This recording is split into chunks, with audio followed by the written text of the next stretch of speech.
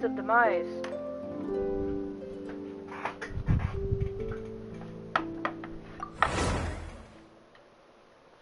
I gotta love it.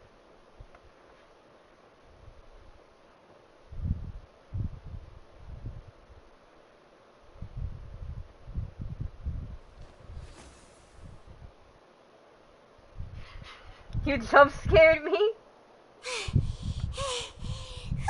Oh, hi, B. Everyone's exhausted. Hold on.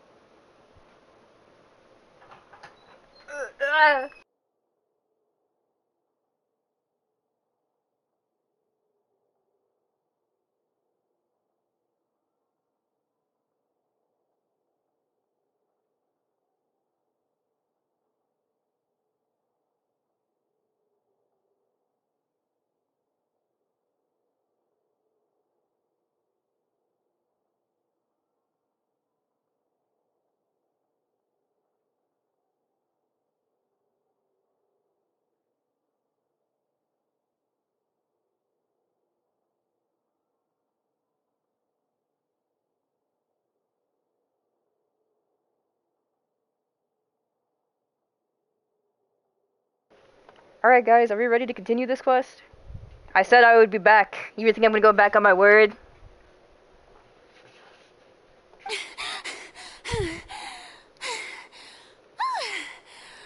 I was scared. So tired. Yeah, not gonna lie, I was kinda worried too. It caught me. No, I mean, I merely gave in to the sheer enthusiasm they displayed. Yeah, maybe like 20 minutes, 10. So it's pretty good in time. Because like this was the worst time to fall. Yeah, it was. But unfortunately, when it comes to parents, they don't care. It just happens. Literally you have to pause at the worst times. You're right. I'm gonna let Danny know. Okay. Yep, that's a good girl.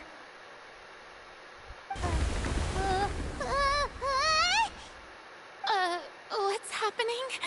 Yeah. We're just gonna go ahead and go back to where we were. The flooding in Poisson, didn't it? It can't be. It's happening again. Yep. Well, there's no need to worry too much about that.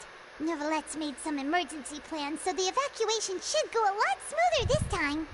Yeah, I hope you're right. But the people of Poisson, they've already... Oh, wait, hold on. Evening. I had to read... Bro, it's saying Act 4. This is Act 4 and 5. I forget.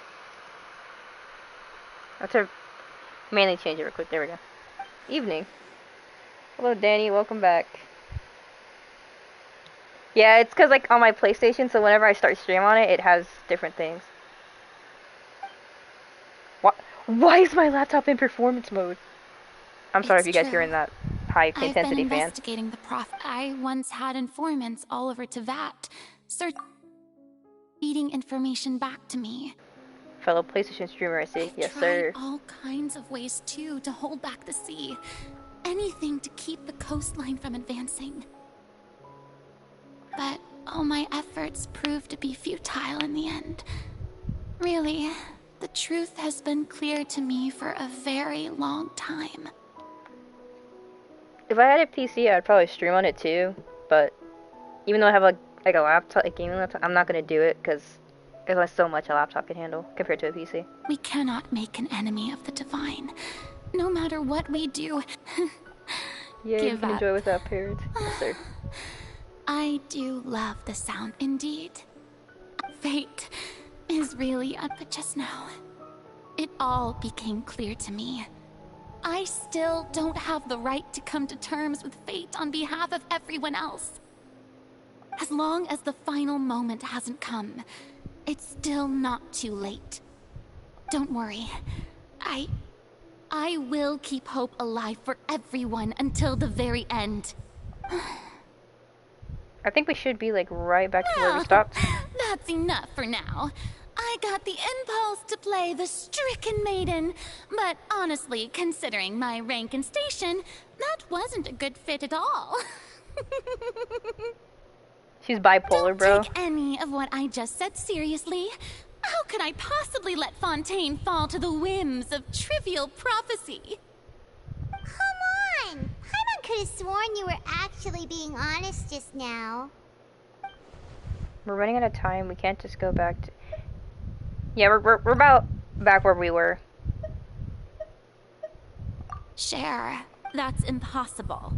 It was fated right from the start that this would be my duty alone.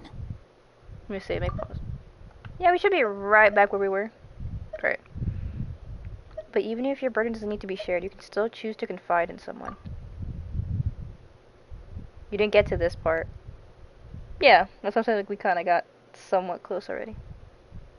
Just share it with me. I'm what you call a witness. A witness? Yes. I've heard that you came to Tevat from beyond the stars, yes. In other words, you never belonged here. And if Tevat is, in its entirety, a show on a stage, then you're just a spectator, aren't you? If that's the case... There's no time left. Please, Farina, just spit it out.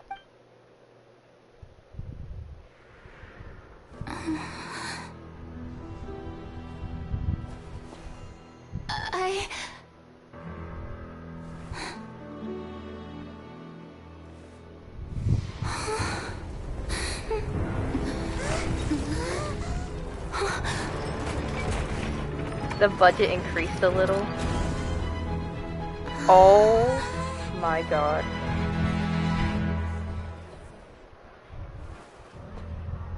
It was all performance, bro. I was like, what if, I said, what if this is all performance? And it literally was.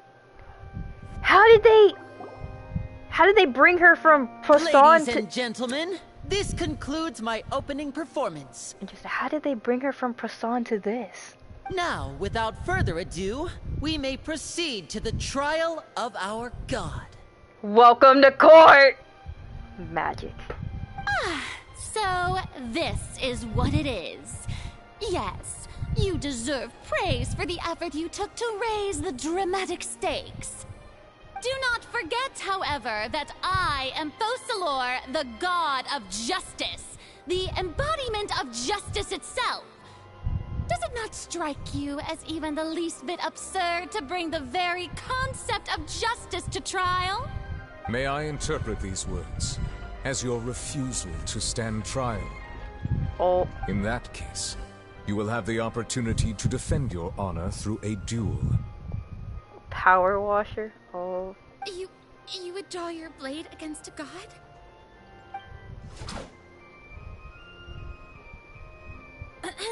I see. It seems like you have made up your mind. Is she actually gonna... Paimon can't believe it. She just surrendered. I thought she was about it.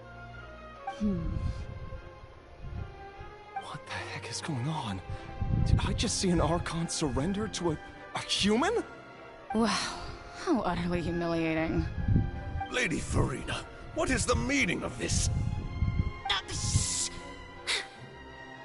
It would seem that there has been a misunderstanding. To be clear, the raising of both hands is not always an indication of surrender. Looking for excuses again, huh? I raised my hands just now to indicate my acceptance of the trial. No duel shall be necessary. I will admit that I've been running away for a long time. I'm sorry, everyone. I was unable to protect the people of Poisson.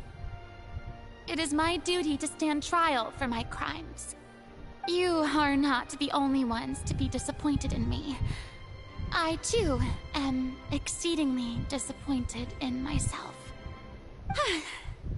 But now, it is time for the Hydro Archon to show you her courage and resolve.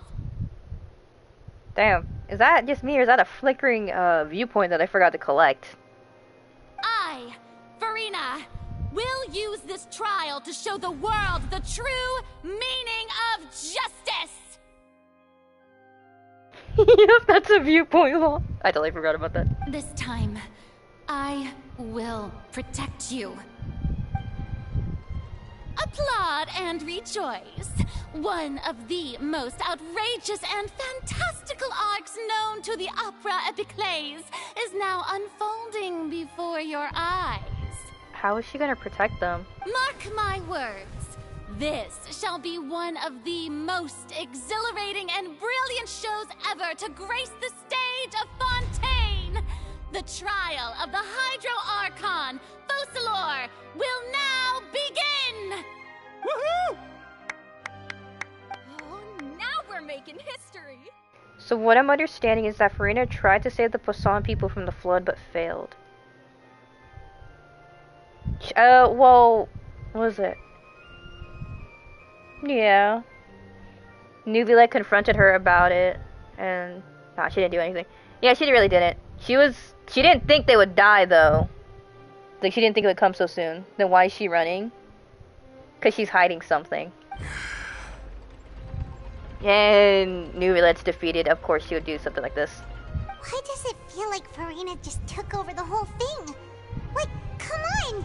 Didn't she just get forced to stand trial for her crimes? Yeah.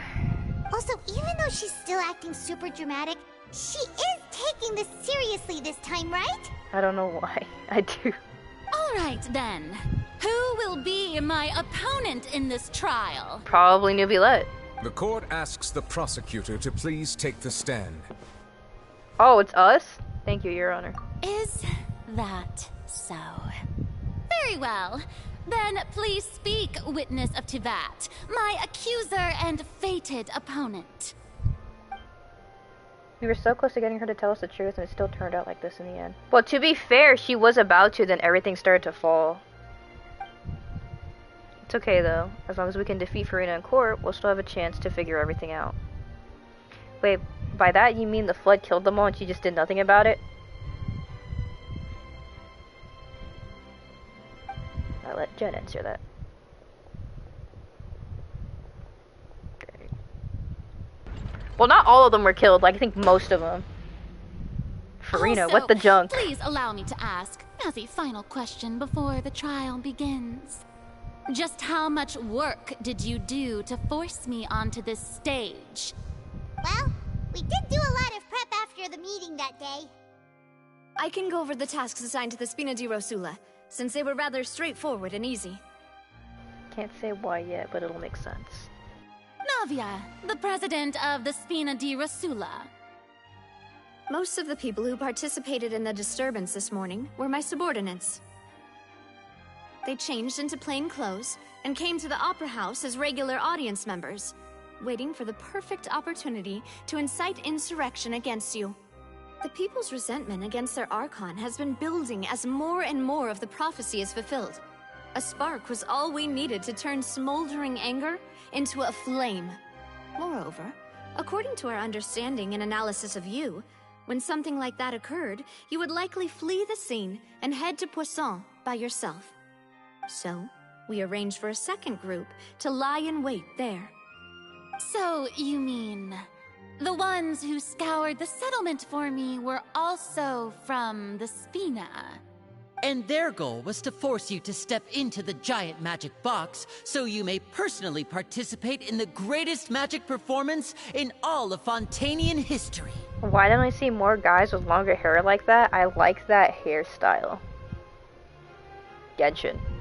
That's right. That house was a magic box, rather than someone's residence. As the super ultimate version of the setup that I used when I first performed at the Opera Epiclese, the volume of the box was increased by a whole order of magnitude, and the distance it traversed was the entire gap between Poisson and Aranias. Its cargo, of course, was an Archon instead of a human. My thanks, Farina. Without your help, we could never have pulled off such an extraordinary performance. I have hair like that. Dude, she's just keeping a straight face. You're welcome? And she's confused. Wait, Donnie has long hair? Danny has long hair? Crazy. Of course, this performance was only made possible with Father's support. The House of the Hearth spent a massive amount of labor in Mora to pull this off. All Fatui skirmishers building it? Dang. Not long hair. Kind of like Linny's. Oh, okay. Who would have thought I'd see the day of Fatui and Fatui skirmishers working to build a decoy house? We had to select a location, construct the giant magic box, dig a tunnel, and open up a path through the water. It was a lot of work for all of us. Ah, got you. So, in other words, the earthquake that we felt within the giant magic box was just a normal tremor from the transportation of the whole house? That's right. It wasn't a sign of another disaster to come. Sorry about that. We deceived you back there. Then, I can guess Nervilette and Cloran's parts. You gathered a crowd, prepared a stage, and made sure that the champion duelist would be immediately ready for a fight. Also that as soon as I appeared on the stage, the trial may commence without a hitch. Am I right? Yes, that is correct. Well, Clorand, I must commend you for your courage. Only the most outstanding champion duelist in all of Fontaine would accept a duel with an Archon without flinching. Thank you. As for you, Traveler, I suppose your role was to keep me distracted with conversation once you found me in Poisson. You'd make sure that I didn't notice anything amiss before revealing yourself as my prosecutor once we'd arrived onto the stage. No, you guessed wrong. Oh? My mission was to give you one last chance. We hoped that you'd share your secret with us before the magic box arrived on stage.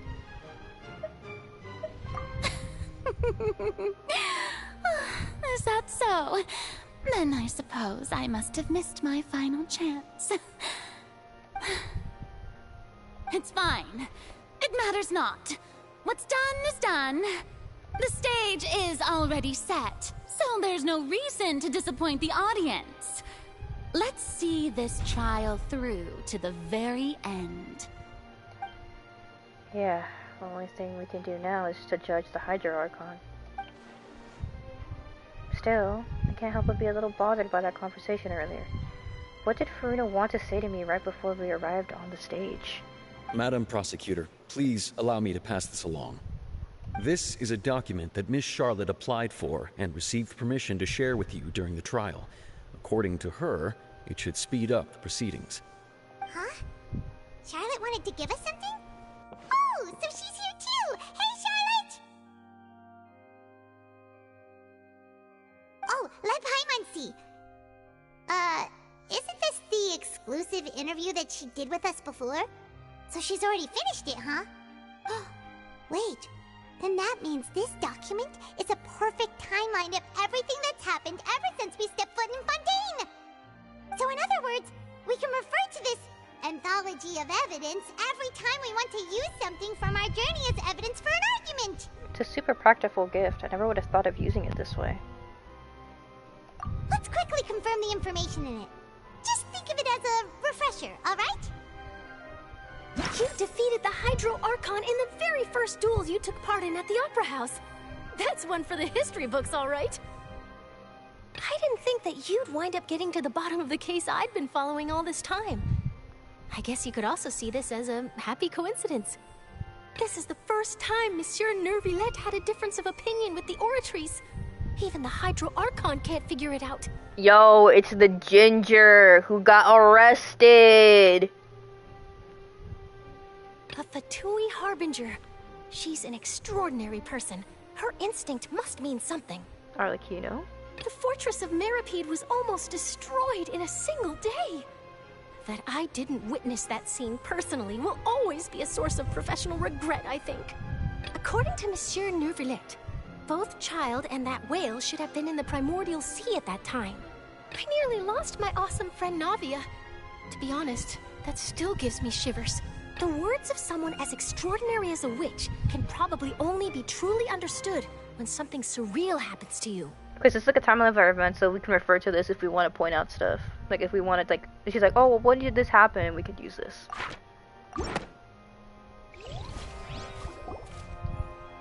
The prosecution and the defense are both in position.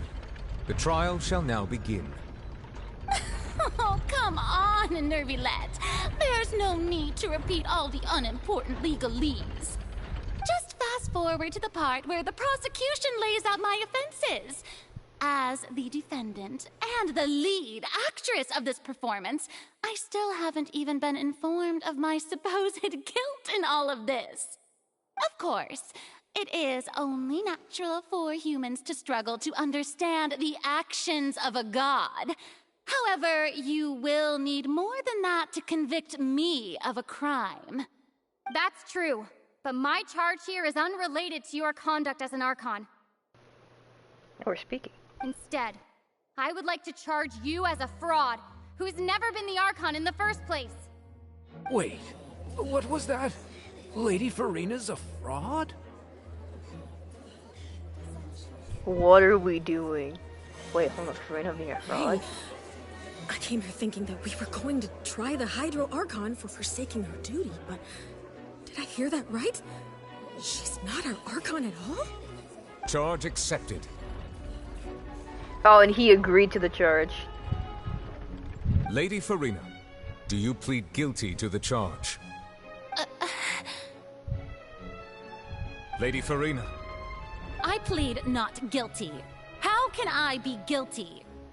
There is no way that I, Focalor, otherwise known as Farina de Fontaine, a member of the Seven and the Regina of all waters, kindreds, peoples, and laws of Fontaine, could be anything other than your true Archon. Yeah, even though Lady Farina can be rather eccentric, isn't it going too far to doubt her very identity? Yeah, I've never questioned her identity either. Sure, Lady Farina can be super irresponsible, but what grounds does that prosecutor have to make such a huge claim? I have cause to believe that common sense will prevail in this case. Many of the members of the audience have known me as the Hydro Archon ever since they were born. There would be no fooling their memory. See? Even the Oratrice has decided to show me its favor. Are you sure you want to commit to a charge that will never be upheld? If you wish to drop the case, I can promise you as the God of Justice that you will not have to face trial for making a false accusation. We will treat everything that's happened as a dramatic spectacle and move on with our lives. What do you say to that? I don't think we're gonna back down. An argument with near impossible odds, huh? We have to not only refute Farina's claims, but also overturn the long-held beliefs of the people.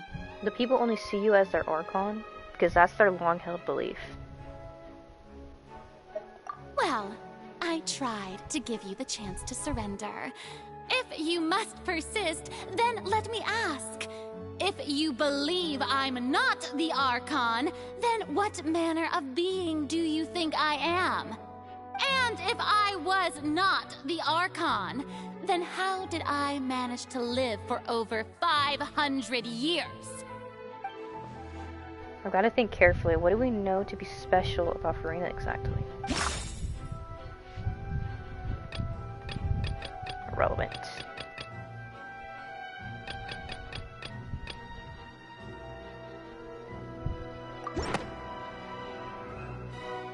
First of all, you may be a member of another long-lived race, which would allow you to naturally possess an extended lifespan. And second of all, even if that wasn't the case, there could be other ways to extend your life. Would be fun if Tally was here too. Such as a curse. Who gave you that idea? Was it the knave? You'd sink so low as to use a harbinger's words against me. Where Paimon goofy glasses go? Guess she's getting serious, so she doesn't use it. Doesn't matter who gave us the information. What matters is the veracity of the claim. A curse? I once thought it possible that the aura of an Archon might naturally resemble a type of curse.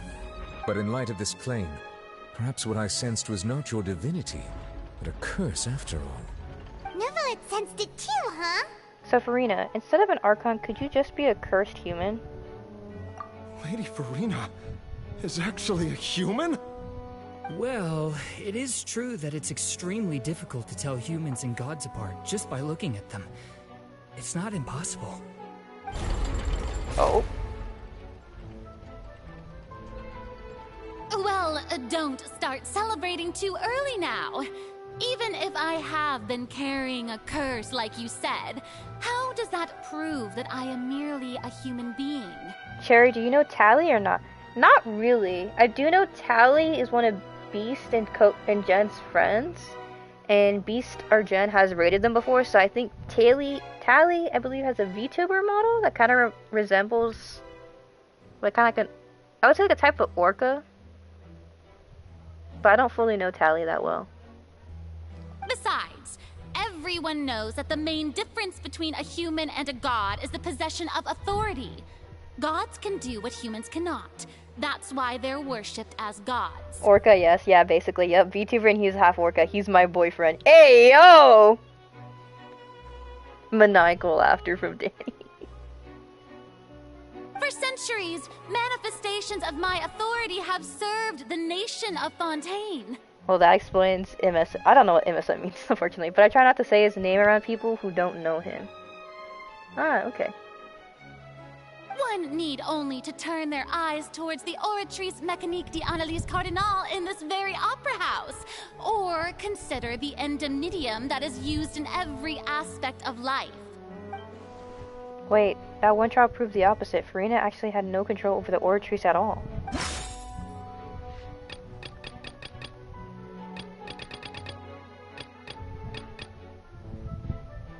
This one, right?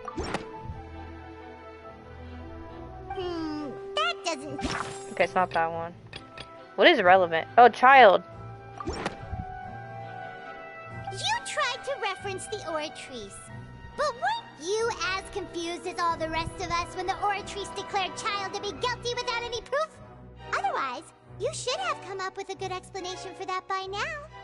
Didn't I make myself clear at the time? The decisions of the gods are naturally difficult for humans to comprehend. There is no need to provide an explanation. Lady Farina, I believe a reminder of your current circumstances is in order. While the court is in session, the principles of justice and the law must come before all else. While you are an Archon, you are also first and foremost the defendant in this trial. You will prove yourself unable to defend against the prosecution's charges if you continue to withhold vital information against the rules of the court.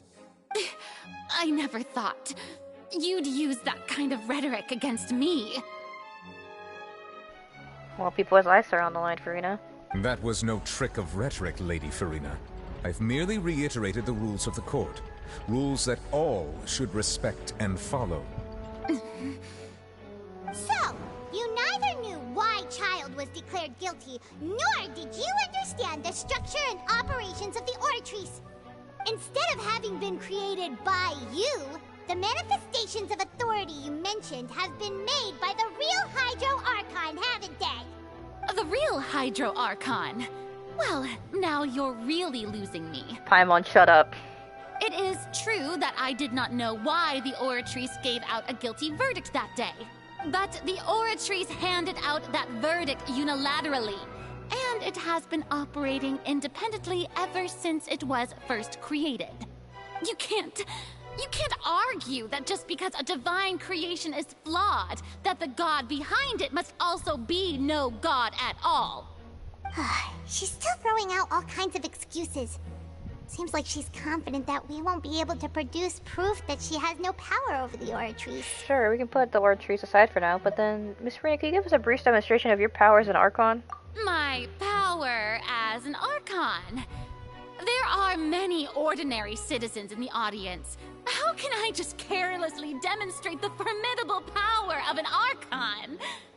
If that poses a concern, I'm prepared to extend my protection to the audience. You don't need to go that far. Surely an Archon can at least match the capacities of a human with a vision. A brief demonstration of your power over Hydro could be quite harmless. Aren't you the Hydro Archon? Or is it that you can't even wield the power of Hydro, much less the authority of a god? Indemnitium! Yes! It's all because of Indemnitium! All Archons derive their power from the faith of the people, and I've converted the people's faith in justice into Indemnitium! Thus did I give up all of my divine power to provide everyone with energy for their daily lives. Have you ever seen a more magnanimous god? Holy cap, literally. Isn't that a huge stretch? Yeah, no matter how generous an Archon can be, how could they give up all their power? Can a god with no power even still be called a god? Good job, Furina. Seems You like got nobody's them. buying Furina's excuse. Hey, come now, everyone. Please don't stare at me as if I was a liar. Fooled them. I'm still the same Furina you knew, right? The one that you loved. Shouldn't you want to believe in me? Please? You've got to believe me. If what the prosecutor said is true, she really has committed a grave offense. Did she deceive all of us? And all of our parents and grandparents too? And then all of our ancestors? Ever since they were born? Enough. That's enough. Tell me then, if I'm not the real Hydro Archon, then who is?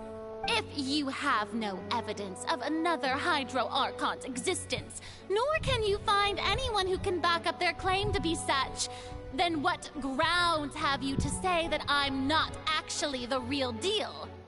Wow, she came up with yet another argument. How can we refute her now? Seems like she really doesn't want to give up. It's a good argument. I'm not gonna lie. If we can't prove that she's an Archon, we can try to prove that she's just a human. If only she's human.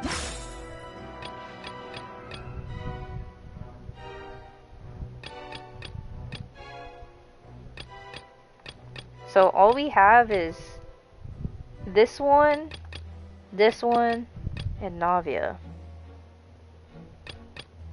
What evidence can to prove that Furina is human?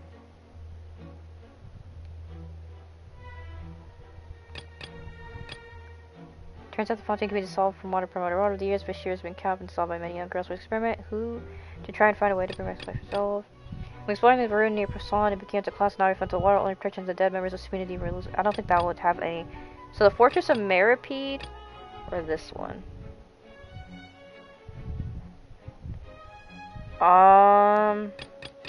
This probably won't do anything. Yeah, I don't think it'll be any limit. We can try. Okay, so then it has to be. It low-key annoys me when people who have a truth that is redeemable still fumble and either make up a terrible lie or they are just very unconvincing in telling the truth. That's not it. It has been Oh, it is that. that all Fontainians can dissolve in water from the primordial sea. And that means... Since you insist on claiming to be a god and not a human, then there's a method that you can use right here and now to eliminate all suspicions of you being the latter. I do love Furina. Miss Navia, please apply to serve as a temporary attorney for the prosecution before addressing the court. Though you act in partnership with the prosecutor, you must still adhere to proper procedure. Super sorry, Monsieur Chief Justice. I swear this really will be the last time that I'll speak out of turn. Navia, you said that last time and still speak out right now. Now, I've brought some seawater from Poisson. As everyone knows, a massive flood struck the area not long ago, taking many lives, including those of some of my closest friends. So, Miss Furina, would you dare to touch some of this seawater? If we are to believe that you are indeed the real Hydro Archon, touching the seawater would have no effect on you. All it should do is strengthen your case. But if you don't dare to touch it, then we would have basically proved the reverse. Oh, and I must remind you that after the disaster at Poisson, nobody wants to see any more people dissolve. I do hope you'll act prudently and choose the simpler path of admitting guilt. Navia from the Spina di Rasula. The Spina has governed Poisson for many years. I guess her suggestion is valid. If Lady Farina is indeed just a human, she's probably Fontainian like all the rest of us. Would she really dare to try? She probably would.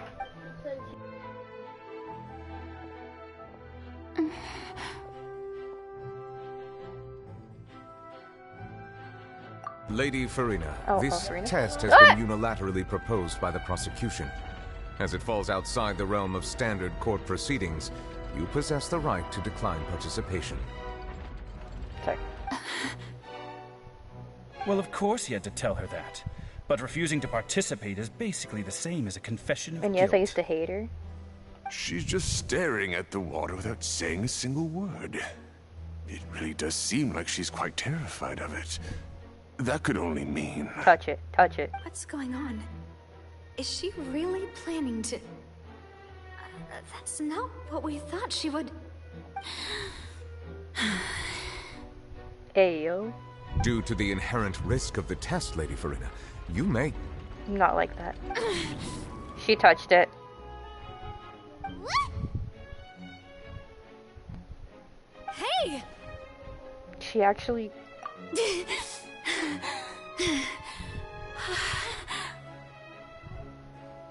She touched the butt.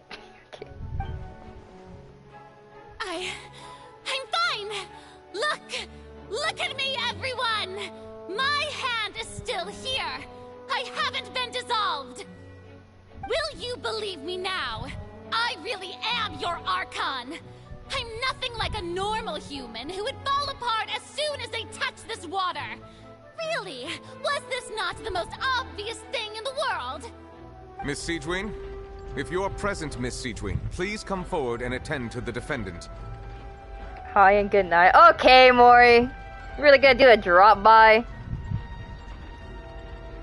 Good night, Mori. Siegewien?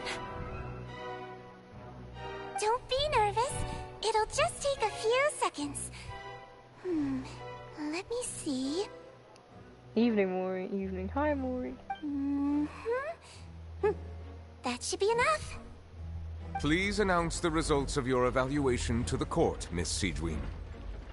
As everyone doubtlessly saw, Miss Farina was displaying symptoms of hyperventilation and flushed skin.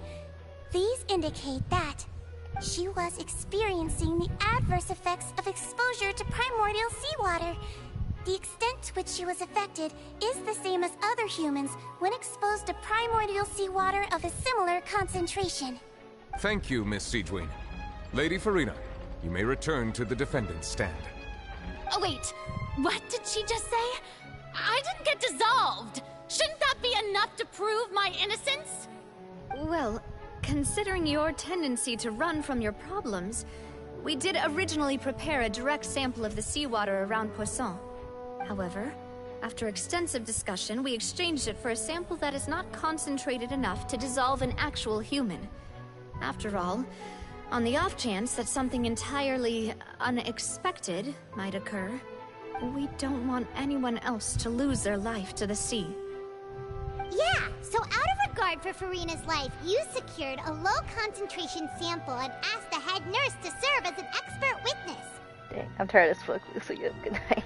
It's a great thing that the direct sample wasn't Good night, Maury. actually used. Farina could have... I can't believe... you... But what's really going on here? Farina can't have known the consequences of touching that water as a human. This is too unlike how she usually acts, unless it's actually more important for her to keep up her facade and then save her own life. But hadn't she give up on everything a long time ago? Listen to me, everyone! Please don't give me such cold and disdainful looks! What happened just now didn't prove a single thing! Think about it! How can you conclusively prove that an Archon can't also also be affected by the primordial seawater. Also, if I was really just a human, why would I dare to just put my hand in that kind of water?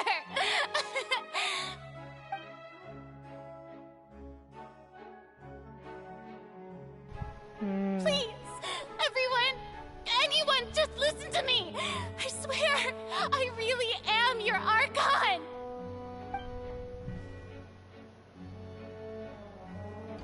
Okay, now she's acting like a wrongfully accused person. I don't think anything she says at this point will sway anyone. The odds are just too stacked against her now. When it's too late. With all the things that have been said, Paimon doesn't think there's any way left for Furina to win. I believe the time for arguments and presentation of evidence has come to an end. If there are no objections, we will move on to the final judgment.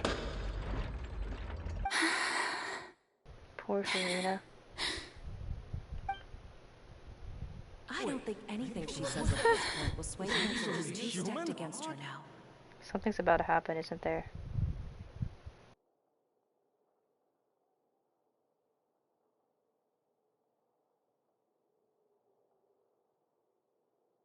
In my capacity as Chief Justice, I shall now render judgment on Furina's misrepresentation of herself as the Archon of Fontaine. As a human who knowingly deceived her fellow citizens, Furina is guilty. Oh, Furina.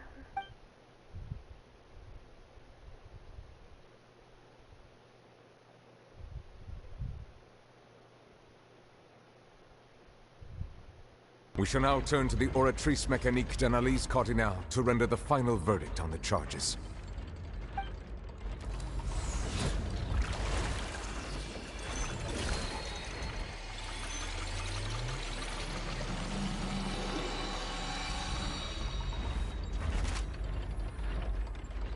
According to the judgment of the Oratrice Mécanique d'Analyse Cardinale, Furina is... What happened? Oh boy. Well, what's wrong? What's the Oratrice's verdict? It can't be. Did the Oratrice just declare Furina to be innocent? No. The Oratrice also displays a guilty verdict. Isn't that correct then? However, the exact wording of the verdict is thus. The Hydro Archon, guilty, to be punished via the death sentence. The death sentence? That's actually one of the available sentences? I've always thought that it was just a myth. Furina? The one and only time the death sentence has been handed out at the court, and it's been given to the very person we've worshipped as the god of justice? What an unexpected twist. Furina's been sentenced to death by the Oratrice? We just wanted to use the trial to show her the seriousness of things so she'd tell us the truth. How did things escalate this quickly? They've been directed to execute the god of water. My girl didn't deserve this. This outcome is indeed quite strange. According to Fontaine's current definitions of justice, as well as its recommendations for criminal sentences, is this sentence really appropriate for the crimes that have been committed? Yeah! Even Vacher wasn't sentenced to death by the Oratrice. You know, the real evil mastermind behind the serial disappearances case. What's more strange is, instead of Furina, the Oratrice rendered judgment on the Hydro Archon. Indeed. Not only is Furina's sentence overly excessive, the very point of our trial today was also to prove that Furina has never been the Hydro Archon in the first place. But now, the Oratrice seems to have deliberately invoked the title of the Hydro Archon. What does this mean?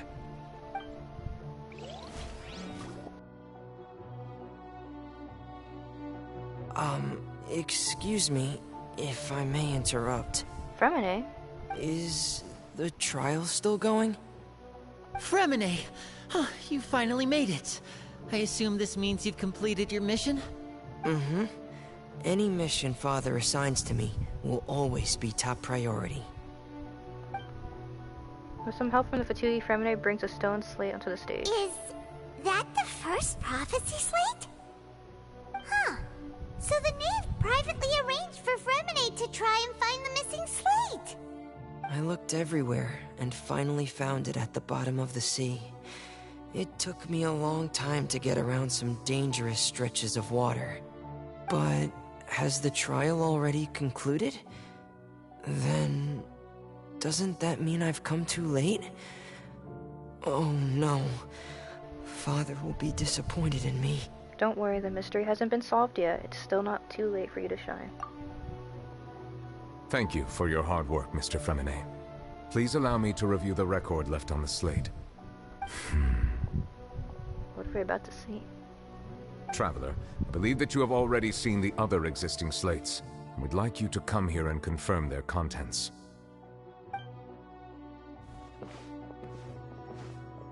Huh? So what do you see? What is it? This looks like the previous Hydra Archon releasing her divine power, turning Oceanids into human beings. I believe I've now made sense of the Hydra Archon's crime. It has to do with Fontaine's lost history. And the people. Huh? Isn't the Hydra Archon just guilty of deceiving her people?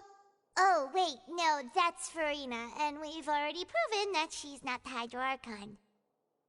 So when you say Hydra Archon, do you mean the real Hydra Archon we've been kinda talking about? In truth, everything that you've encountered in Fontaine up until this point can be traced back to the contents of these stone slates.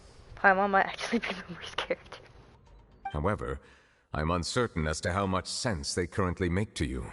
An association between the contents of the slates and the events in real life. Okay, let's try to recall the contents of the other 3 stone slates. Paimon will do her best to help you remember.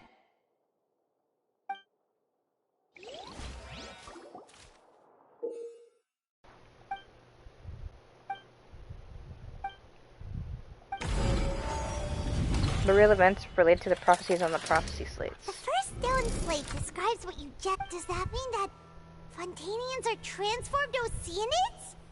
Oh, Paimon wasn't expecting that.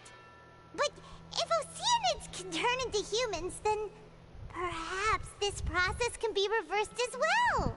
The second stone slate shows Celestia floating in the sky, and the Hydra Archon and her people worshipping it together. But the heavens still brought judgment down upon them. This must be the point when the Hydra Archon and the Fontainians were branded with their original sin. Does this mean that the original sin and the Hydra Archon sin are the same thing? Possibly. I think the sin was turning the people from turning Oceanids into people. The third slate shows the Hydra Archon sinking into the sea surrounded by many people. That reminds Paimon, didn't we also watch that happen to someone else? Navia. Well, the fourth slate is the prophecy the Fontainians have been talking about. People dissolving into the sea, the Hydra Archon crying on her throne, and so on. We didn't believe that such a crazy disaster could happen at first, did we? But after that incident, it was just a question of when and not if. Seems she's crying on a throne right now. She is. Weren't the third and fourth ones swapped?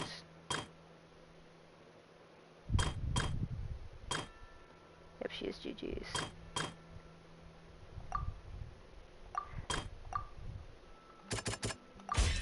It's not as simple as falling into the sea. When Navia fell into the sea, her consciousness was subjected to judgment. The stone slates show the people gathered around the Hydro Archon in the sea.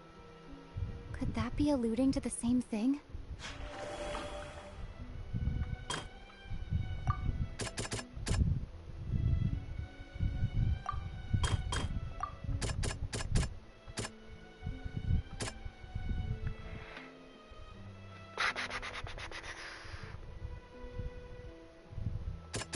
This one,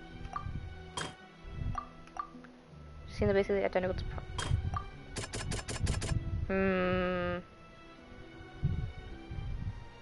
could the opposite happen?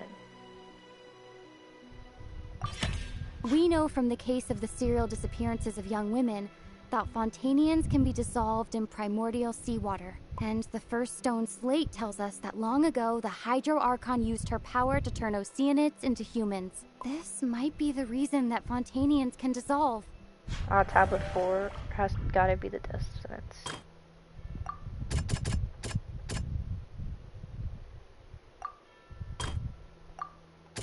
Not too sure. Let's see. Shows Celestia floating in the sky, the Hydro Archon and her people worshiping together, but the heavens still brought judgment upon them.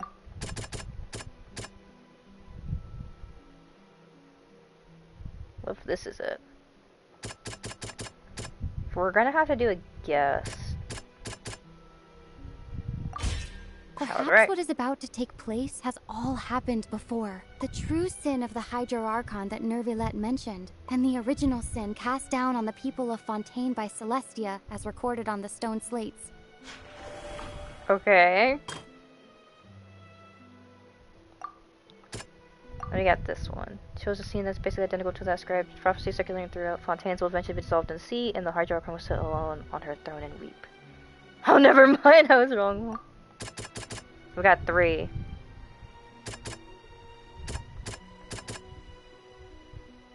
think it's this. That doesn't... Never mind. It's in these 2. Well, it's The prophecy from the stone slates found its way into society, but not many people believed it at first. The fortress of Meropide was nearly flooded with primordial seawater, which we know can cause Fontainians to dissolve. It seems increasingly likely that the prophecy may come true. If we hadn't dealt with it in time, things could have gone very badly. Genuinely, I almost had all that in first try. I just messed up on the last part. They'll dissolve into the primordial sea, but won't cease to exist. Their essence will flow in the seawater, converge, and take the form of an Oceanid. The Hydro Archon was sentenced to death in court, shocking everyone present. Perhaps this means that her sin was actually Fontaine's original sin. Navia fell into the water inside those ruins, and she nearly dissolved. She was surrounded by the people of Poisson in a court within her consciousness, and was forced to take part in a trial meant to make her stay. The eruption of the primordial sea at the fortress of Meropide was the surest sign that the prophecy was about to come to pass no matter what. The stone slate's contents can all be verified by recent events. If we combine what we know together, loads of truths should come to light.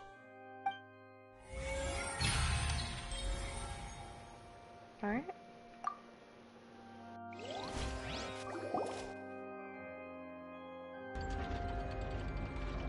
Huh? Oh, Paimon gets it now! So that's how you can make sense of it. But then it feels like we're going to have to share some truly shocking revelations. Let's hear them. Fontainians are not real humans. Incredible. Linny, did you hear that? We're not real humans. All Fontainians were originally created by the late previous Hydro Archon, with Oceanids as their basis. Haha, y'all aren't real. The evidence for that can be found in how only Fontainians could dissolve in primordial seawater, and how all the girls Vacher dissolved were also turned into Oceanids. Oh, and according to Navia, when she was about to get dissolved, she also saw everyone gathered around for a trial, all of them in the shape of Oceanids. Indeed. True. In the second slate reveals, the crown of the Hydro Archon was her creation of the Fontainians from Oceanids. Yeah, and it follows from the content of the first slate that she probably angered Celestia by creating humans without prior permission. That could also explain why the Oratries judged the Hydro Archon to be guilty. It's to account for that ancient sin.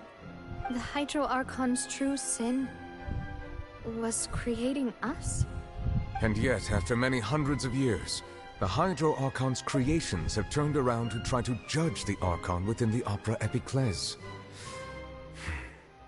The twists of history are often the most unexpected of all. I'm still convinced that it should come after the fourth slate. Yeah, isn't the image here just like when Navia fell into the sea? So wouldn't it be trying to show the image of the Hydro Archon also falling into the sea once the prophecy has been fulfilled in the fourth slate? The fourth slate depicts the fulfillment of the prophecy that's already widely known. In the end, the people will all be dissolved into the waters, and only the Hydro Archon will remain weeping on her throne. Only then will the sins of the people of Fontaine be washed away. Did Paimon get all that right? Yep. You've made some keen deductions. I must say, given how much you still don't know, it is impressive that you've already managed to connect so many pieces of the truth. However, while you were able to decode all the information on the slates, they've also been etched with an additional layer of hidden information using a different power source. When we were at the ruins, I tried to decipher the hidden information recorded in the slates. But since we only had 3 slates at the time, I was unable to come to a full conclusion. Now that the slate collection is complete, I shall make another attempt to decipher the narrative recorded within. If everything goes well, we should finally be informed of the unadulterated truth. Let's find out.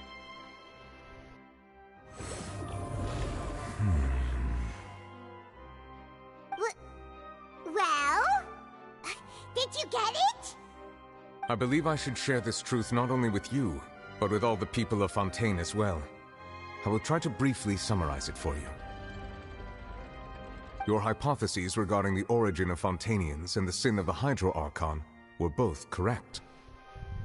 In the Fontaine of old, the previous Hydro Archon sensed the yearning of her Oceanid familiars for life on land.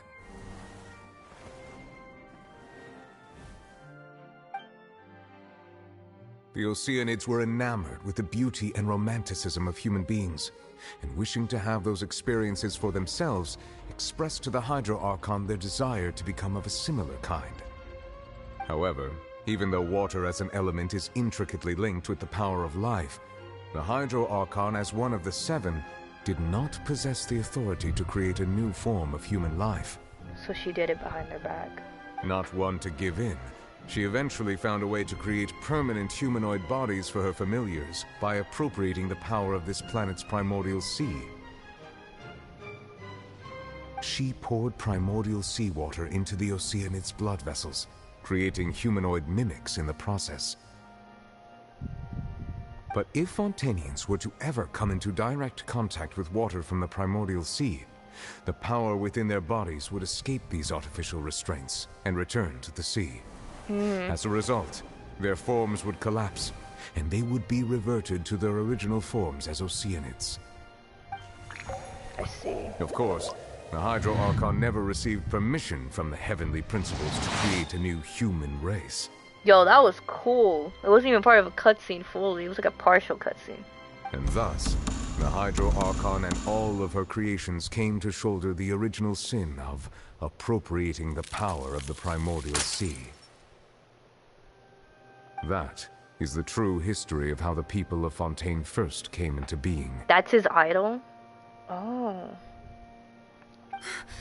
So we were all Oceanids before we turned into human beings? That's way too much information for me. I think I'm just going to pretend that I never heard a single thing. Wait, but if that's the truth, we can't let the Hydro Archon be sentenced to death. After all, her only sin was creating us. This really might be too much information for your regular Fontainian, but it does answer a lot of our questions. What the junk was that clapping at me? What? Alas, your hypothesis regarding the 3rd and 4th stone slates was inaccurate. The slates' respective positions are, in fact, correct. What is the 3rd slate supposed to represent then? A key point of the visual on the 3rd slate is how all the individuals depicted in the water are humans rather than Oceanids. They have not been dissolved, which implies that the water depicted in this slate is not water from the primordial sea. The nation of Fontaine is the nation of Hydro, as well as the nation of trials and justice. Instead of being the literal element, the water in the scene symbolizes judgment and justice. You may also recall Navia's experience. When she fell into the sea, her consciousness was surrounded by that of many others who intended to hold a trial to determine her fate. Therefore, the meaning of the 3rd slate is that the people of Fontaine shall try the Hydro Archon at the Court of Justice. Yes, it refers to our present situation. I think I'm following now. So, what you're saying is, even though we decided to put on this trial to avoid fulfilling the prophecy, in truth, everything we've done has happened exactly as the prophecy foretold. So now, it seems, we're the ones making sure it comes true. What should we do? It feels like there's no way out of this. I don't know. Hello, Eclipse.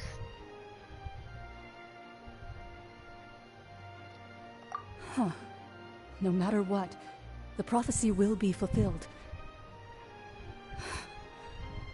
Is this what it feels like to be a prisoner of fate? If that's the case, does that mean the scene in the fourth slate will also be fulfilled soon? Traveler, I would like to point out another small fallacy in your deductions. Evening, morning. About the fourth slate. You probably thought that the eruption of primordial seawater beneath the fortress of Meripede served as the surest sign that the prophecy was about to come to pass, yes? However, I believe that rather than being a sure sign, that eruption could in fact only be a small warning of something far worse to come. Far worse? As for the root cause of the catastrophe, I believe you've already encountered it once before.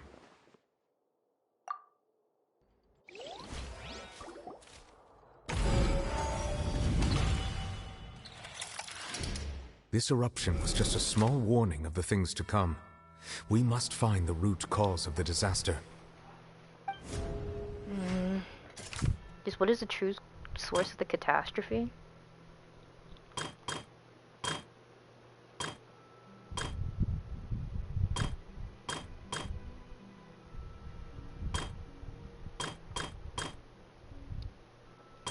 Notice how these...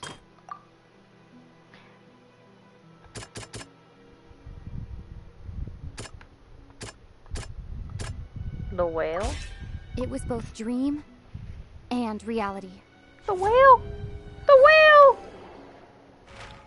If we're talking about a true culprit, that could only be that thing inside the primordial sea, right?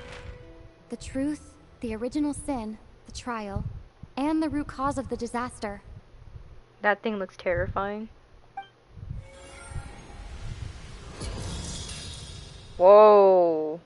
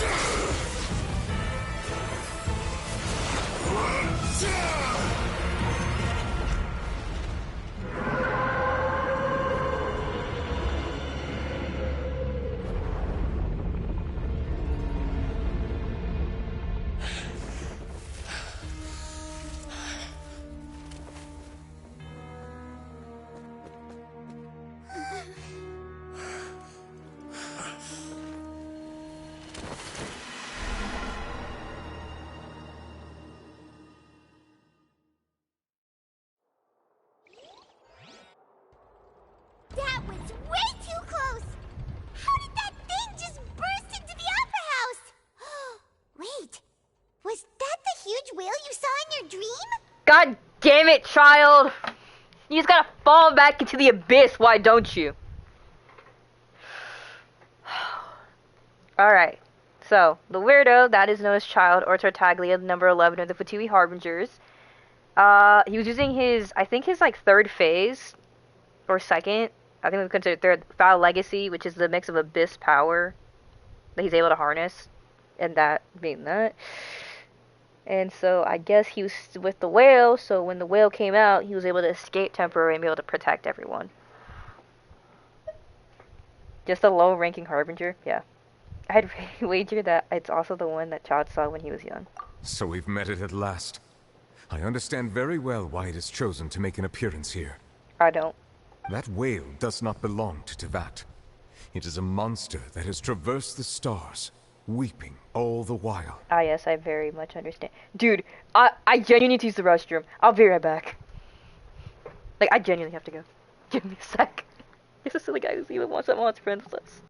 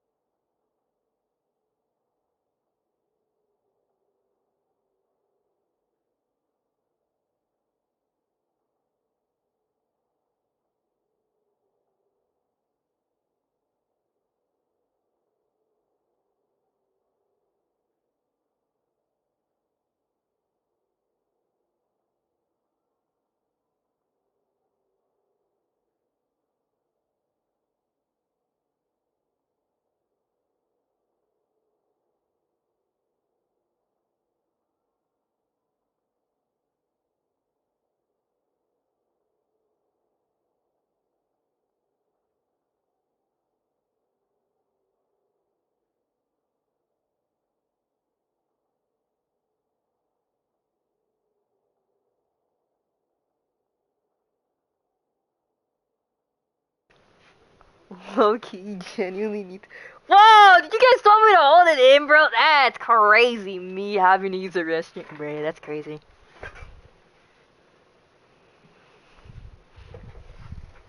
It has been greedily consuming the energy from the planet's primordial sea, using it to grow. That is the main cause for the rising sea levels. Wait, so the whale's been feeding off the seawater? And once it has finished consuming all of the energy contained within the sea, its next step will be... You said that when the Hydro Archon first created Fontainians out of Oceanids... Welcome back, here. You're a gamer, no bathroom allowed. This is what happens when I'm starting to get more hydrated, bro. I used to be... For some reason, recently, I've been having to use the restroom because I've been just drinking too much water. I'm drinking a lot of water. So, okay, fun fact. If you drink a lot of water, you constantly will have to, like... It's because, like, your body's trying to exit out the water because you've skill issue. It's because of your blood cells. So, blood cells aren't made to contain so much water. No, for real, I went to restroom 3 times this stream. Okay, so the reason for why is if you drink too much water, your blood cells, right? If you contain too much, because, like, okay. Okay, my professor told me this. So if you just drink a ton of water and don't go to the restroom, you can dry drown. Like your own body can kill you. Because there's no exit for the water or anything. Because your cells cannot handle and they aren't made to hold so much water. Despite our body being made of water. Our blood cells just can't handle it. Precisely. That whale finds the blood of Fontainians More nigh water equals more impossible exerting to the water. resist. Makes sense to me. Yeah, that's about it. You got it about right. Therefore, when it left the primordial sea, it decided to make its next stop a packed opera house full of food. Food in the form of Fontainians. I see. We just barely managed to push it back, right? In that case, won't it come back to target the people again once it's managed to recover its strength? So less water, more static, too much water, die, no pee. Yeah, basically it's just like so you just gotta deal with going to the restroom quite a bit to have a balance. That is correct. Indeed, it is more accurate to say that we should thank that Harbinger for buying us some time. Without him, the whale would have likely come onto land far sooner. From the way he looked, he must have been fighting the creature for quite a long time. This guy's the biggest rage baiter. That battle maniac. We've always known that he had a special connection with that whale, but we definitely didn't expect it to help us out like this. Anyway, now that we know that this whale is the actual cause of the disaster recorded in the prophecy, all we need to do to stop the prophecy would be to find a way to beat it up, right? Well, about that. It is too late. What do you mean? It had already absorbed too much of the primordial sea's energy before we could notice it. At this point, it has become practically integrated with the sea itself. Even if the entirety of Tevat were to be destroyed, it could still survive and swim off towards some other world. Damn. That's not something I will accept. We've already done everything we can, and we even found the true culprit. We've come so far. You can't just tell me that the last hurdle is some impossible foe. That's just not fair. There is a way. But we would have to find a way to restore Nuvilet's power and actually bring him to Dragonhood. I believe. Because I mentioned, Nuvilet isn't at his full power. Indeed. That's not how a grand performance should end. I'll fight it to the end. No matter what. So the prophecy will be fulfilled no matter what, huh?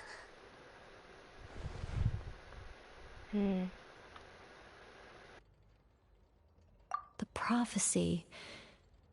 Yes. What has been prophesied will be fulfilled. You may view such things as the history of the future. After everything, it still turned out like this. We couldn't fight against fate. Wait, but if this is all about fate... Just as prophecies are usually only the future as seen from the perspectives of the gods, could things be happening in hidden corners, where the gods' gaze does not fall? Ultimately, fate shall serve as your only guide, no matter what will happen in Tevat's future. All you need to do is to play your part.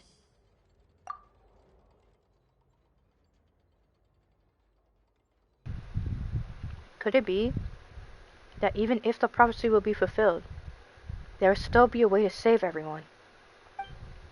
Did I miss something? Wait!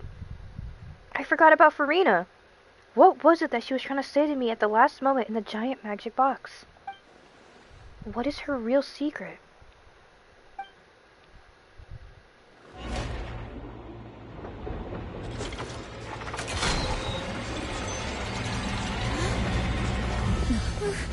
What's happening with the oratories? I believe it is preparing to carry out the death sentence.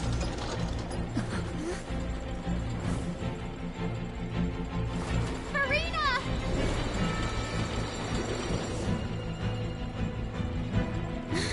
No, I still need answers.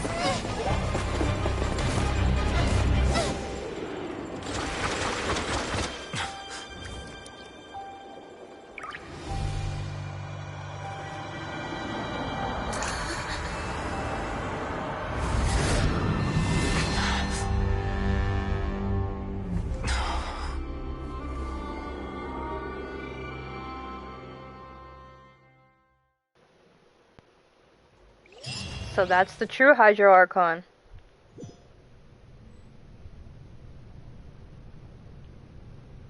Where is this place?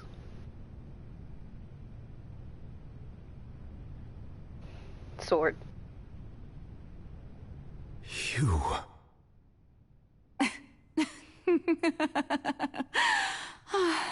The dogs are out. Farina? Question mark? Sorry. That shocked expression on your face is just too amusing. I couldn't help myself. You are not Farina. Who are you? The sweet sound of bewilderment. Marvelous. A sure sign that my attempt to deceive everyone was a resounding success. But to answer your question, I am Focalor. You know, the god. Damn, that's crazy. She's like, oh, you know, I'm Focalor, you know. The god. The one and only. Focalor. Why did you deceive us? Oh, that wasn't my goal, of course. Goodness, no. But I had to fool everyone else too, if I was to stand any chance of deceiving the heavenly principles. Deceiving the heavenly principles? It's all because of that pernicious prophecy. Dreadful, wasn't it? Everyone doomed to dissolve. Fontaine condemned to be flooded. I like to say Focalors. One was not amused. In fact, one was positively bemused when that problem was thrust upon me by my dearest predecessor. That's the former Hydro Archon Egeria, for the uninitiated. It hardly gets more disastrous than a preordained national catastrophe. Now does it? For cause. Guys, we gotta lock in. This is important. She knew full well that the prophecy would surely come to pass. So you know of a way to prevent the prophecy from happening. And as one of the seven, she also knew full well that one defies the heavenly principles at one's peril. So yes, as you have no doubt surmised, it was a rather impossible situation that I found myself in. I spent a terribly long time mulling it over, alone on the ocean floor. And I was almost growing barnacles by the time I finally realized there was only one possible solution to this confounding conundrum. I had to outwit the heavenly principles, allow the prophecy to be fulfilled, ostensibly at least, while saving everyone at the same time. I'm a genius, I know. I can only assume that's why Egeria chose me as her successor. Talk about glaze. Although, looking back now, it was hardly the inheritance one dreams of. Between the task of saving the nation, the quotidian duties of the Hydro Archon, and not to mention the original sin of creating a new race of humans, I dare say she left me quite a colossal mess to clean up. But one can only play the hand one is dealt. I did not choose this, any more than I chose to be one of her Oceanid familiars. So you were also once one of the Oceanids, transformed into a human by Egeria's hand. Dang. Professional yapper, right? Damn. Automata re for real. I'm sorry, bro. It just came with it. But that's crazy. So she was an Oceanid and was selected to become the next Archon. Yes, I was. I always dreamed of becoming human. And I still do, even now. In my eyes, to be human is to be part of the greatest opera ever known. After becoming a god, I separated my divinity from my body and spirit, leaving behind only a self that was as naive and bewildered as my past self on her first day as a human being. Oh! So Farina is her, but a separate part of her that she separated from herself. The me you see before you now is that divinity. And the human counterpart I left behind, I named Farina. She could feel joy, sorrow, and everything in between. She could be as vain and conceited, or as meek and vulnerable as she wished. Her strengths were of a kind only a human could possess, as were her shortcomings. But in my eyes, Farina's humanity was what made her perfect. She was perfectly human in every way. The person I always wanted to be. But why separate? Anyway, so then I cursed her. What the fuck? What? She said she was perfect. She was human in every way. Anyway, so then I cursed her. What type of... Okay. All part of the plan, of course. The plan to deceive the heavenly principles. My girl didn't deserve this. Bro, false alarms, I enjoyed that she was what I could... What was the motive exactly? To deceive the heavenly principles. So she cursed Farina to live forever, essentially, or however long. Until her plan was finally put in motion. Or finished. I would want to assume. Do you still remember the final scene of the prophecy? The Hydra Archon alone, weeping on her throne. In order that the prophecy might appear fulfilled, I invited Farina to be an actress, to play the part of the Hydro Archon in the prophecy. Under the curse I placed on her, so long as I, Focalor's divinity, continued to exist, she could not die. But nor was she free to live her life in the pursuit of happiness. So yeah, they are the same person, just separated. If one, so... What is it? What can I use in reference? Okay, so I could probably use a reference from the Jujutsu Kaisen. Have you ever watched the show, really? No, but there was a clip I saw. It was like the twins, it considers them one person, so if one does not choose to be strong, the other cannot, unless the other is gone. So, basically here, I would want to assume that because they're both alive, they will live forever or for however long, until one of them dies.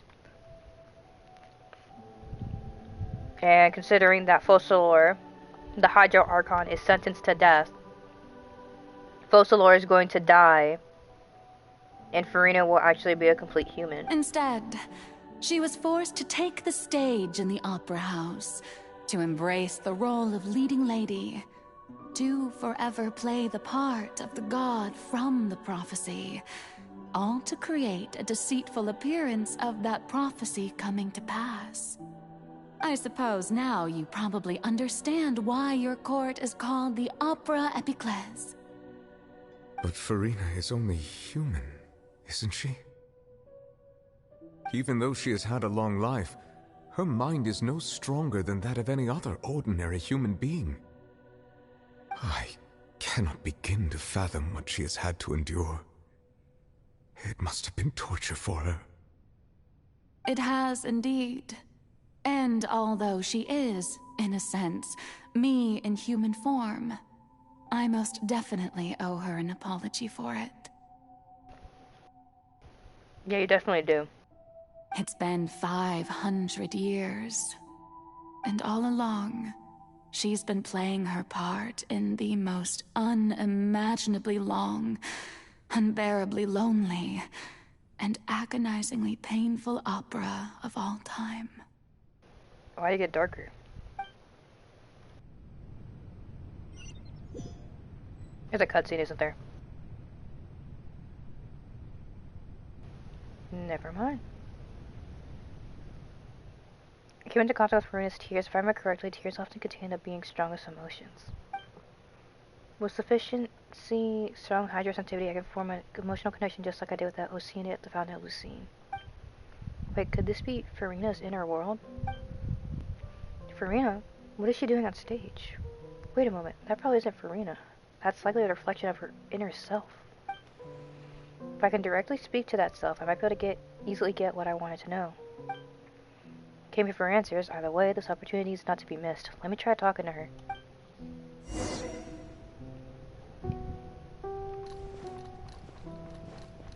Fortune, you can't climb. Wait. Into the wind. I was about to go all the way to the stairs.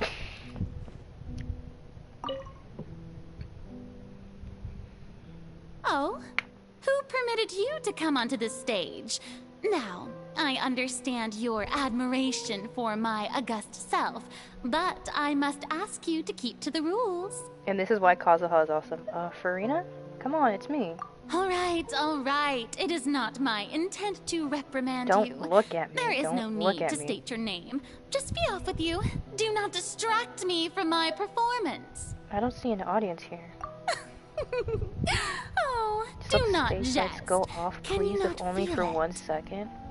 I am Focalor. The That way I eyes can of countless become Fontainians myself are upon me. again. I must, at all times, display the utmost elegance and nobility. Something's off. There's no getting through to her. Even in her heart of hearts, she's still playing the role of Hydro Archon. What sort of resolve must she have to even her inner self and self-consciousness would have such an impenetrable defense? I have to find a way. Don't look at me. Don't look at me. The stage lights, turn them off even for a moment. Dear audience, the performance is experiencing a technical difficulty, but worry not. The guards shall resolve it soon enough.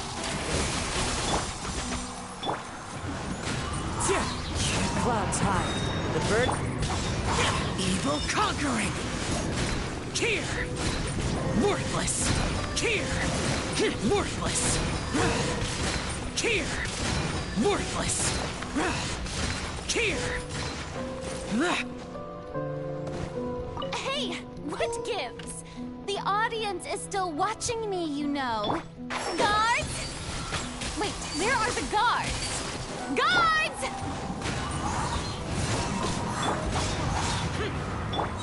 Fallen leaves. Adorn. Let's dance. One with the forest. Oh. I hear everything.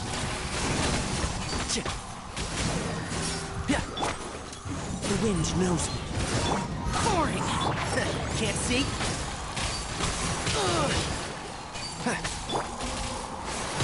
One with nature. Lament! Worthless! I can't see squat. Here! Worthless! Here! Worthless! Here! Dang. Here! Come on, we can do it.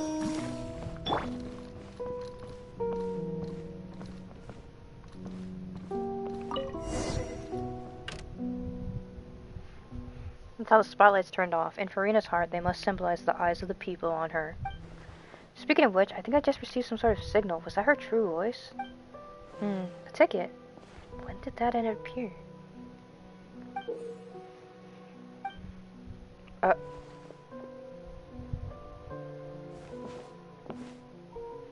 Either way, it looks like the show is about to begin. In that case, show me how you truly feel, Furina.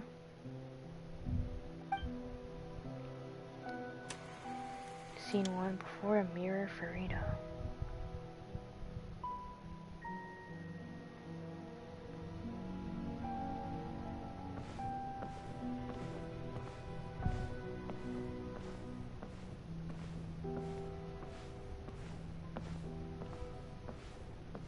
This reason is part of the reason. It's part of the reason I left Furina. Furina. Furina. Huh? Who's that? Who's calling me? Where are you? Be not nervous. Be not afraid. I am before you. Oh? Wait a moment. You're mirror me? How can this be? Mirror you, huh? You know what? That's not bad. Let's go with that. Mirror me. What do you wish to say? The prophecy. Have you heard of it? What prophecy? Wait. I know. I think. I don't know why, but it's in my head somehow. The people will all be dissolved into the waters, and only the Hydro Archon will remain, weeping on her throne. Only then will the sins of the people of Fontaine be washed away. Oh, very good. You know it well. So she ingrained it in her memory when she separated and created Farina. What's going on? I can't seem to remember anything clearly. The only thing I know for sure is this prophecy. Will it really come to pass? Yes, it will. And that is why I've come to you. Disaster will come to Fontaine sooner or later. Things will develop just as the prophecy declared. There is no escaping it. But doesn't that mean everyone will die? I'm a Fontainian just like them. Will I dissolve too? Oh, don't worry. Magical meetings exist in this world precisely to give people a chance to turn things around. It is the reason why you met me today. I will tell you how to save everyone, but you may have to suffer somewhat. She seems genuine about having to put her through this. Oh, so there's still hope after all. Goodness, you frightened me.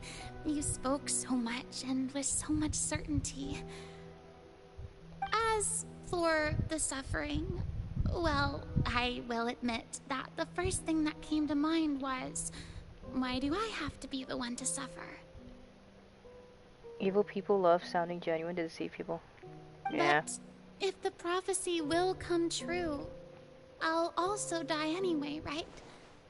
So if I've already met you as my magical meeting in this world, if there were scales, with all the people of Fontaine on one side, and my pain on the other, is it not obvious where the scales should tilt? You truly are the perfect human. My ideal. I suppose this would also be the justice that belongs to you. Huh? Don't worry, it's nothing. Listen well. Fontaine has just lost its Hydro Archon. I need you to play a role. That of the new Archon. Play as a god? That's right. You must begin a never-ending masquerade. You must never let anyone suspect your identity. If you can keep it up, then I shall have my way of defying this prophecy. But should your identity be revealed, then all hope will be lost. But how will I do this? A human assuming the role of a god without being exposed. Then how did she touch the water? It's true. Well, it was diluted water. It was like a small it was a small sample, yeah. It was like a very small concentration and very like in just regular water, so it would just give her like just like hyperventilating or like a kind of like a fever. Don't worry. What you must do is not to turn yourself into a real god. You simply need to play the role of a god as humans imagine them to be. Oh, so the people were stupid. Being a human yourself, I'm sure you already know what such an entity would be like. Remember, your true challenge will not be pursuing divinity, but contending against humanity. I'm still not sure I understand, but I'll try. I'll try to do this. So, how long am I going to have to play this role? For as long as it takes. To accomplish this mission, you will have to stay on the stage for many, many years. You will endure and not grow old until your task ends. But I promise you, all will eventually end in a magnificent and dramatic trial, and everyone will be saved. A trial? Huh. How exciting. I'll be looking forward to it. When she was put on trial, so she was... Scene 2, Ascension speech, Farina.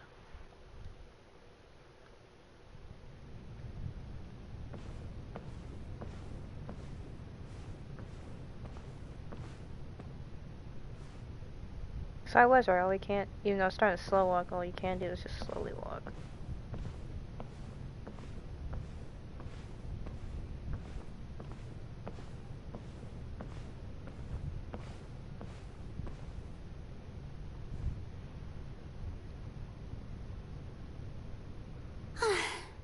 The Maison Cardinalise has announced my accession, but this is my first time facing the people. I assume she did nothing to save the Poissoners because she couldn't do anything since their powers were fake. Yeah. She didn't have any powers. She's just a regular human having to act, from what I'm seeing. What should I say to most appear like a god? To be honest, I still don't know. Perhaps I should first try to act natural. That's actually depressing. It is, because she wants to save them, but she can't. Or she couldn't. Because she didn't have that capability. Ladies and gentlemen, good evening, and welcome to the Opera Epiclese. I'm sure you've all heard about how I have taken on the role of Hydro Archon. Indeed, I am Farina de Fontaine, your new Archon. Good evening. That's why we saw her cry. In truth, I know little about becoming a nation's new god, but it will be my honor to guide you all. As the god Focalor, the god of justice, I shall do all within my power to lead you into an age of fairness and justice. Close politely. Once again, thank you all for coming. If you should have any questions or suggestions, please send them to the Maison Cardinalise. The future of Fontaine will require us to work together, after all. This should do it. I thought I might stammer, but thankfully, I was able to convey my thoughts just fine. Okay, and next. That's the new Hydro Archon. Is this some kind of joke by the Maison? I would have thought that a being that surpasses humanity would be a bit more assertive. Hey, did you hear that? She even told us to send her suggestions there at the end. Shouldn't gods be all-powerful? She's being so modest. What's the difference between her and an ordinary person, then? If you ask me, perhaps the succession didn't actually happen. She might just be a Maison-backed puppet. Wait, what's going on? Why is everyone suspecting me of being a fake? Oh, this is bad. If I get exposed here, there'll be no saving the people from the prophecy. Humanity at its finest, yeah. Right. Mirmi said that I just need to play the role of a god as humans imagine them to be. Calm down, Farina. Think. What do the people want? How would they imagine a god to speak and act? Assertive, with a strong sense of presence. One who can dispel all doubt. That is the character I'm fated to play.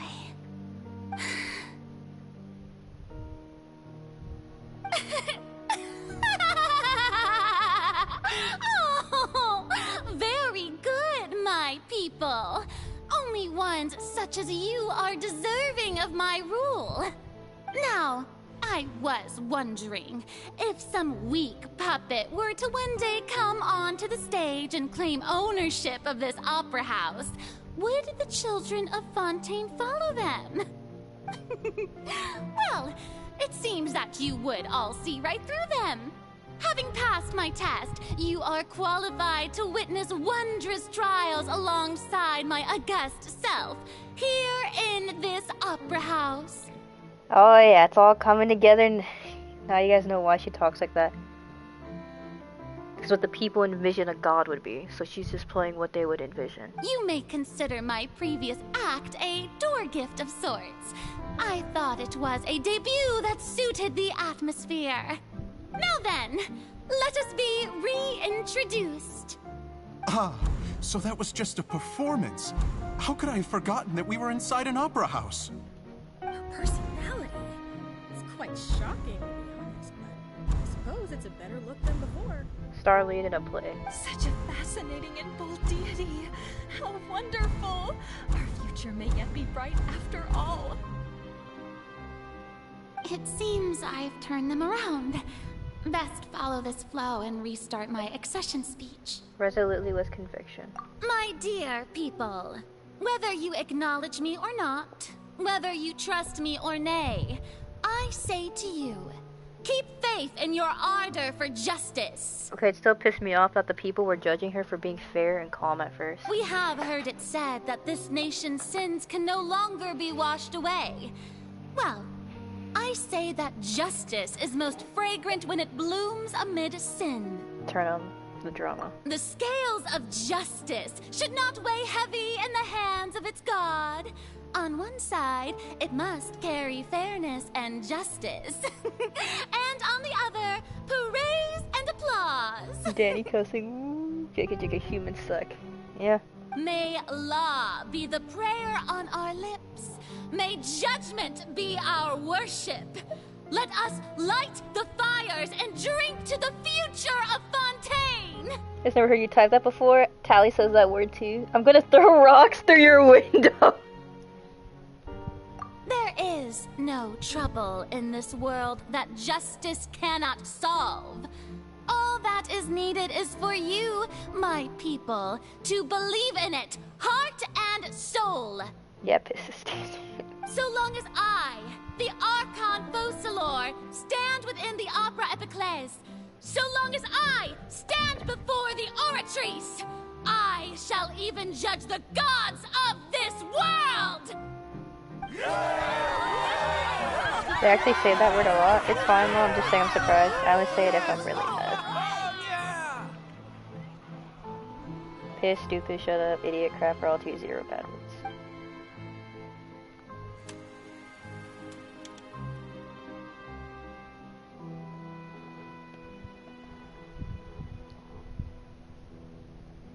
Dumb. Oh wait, we can move faster now a bit.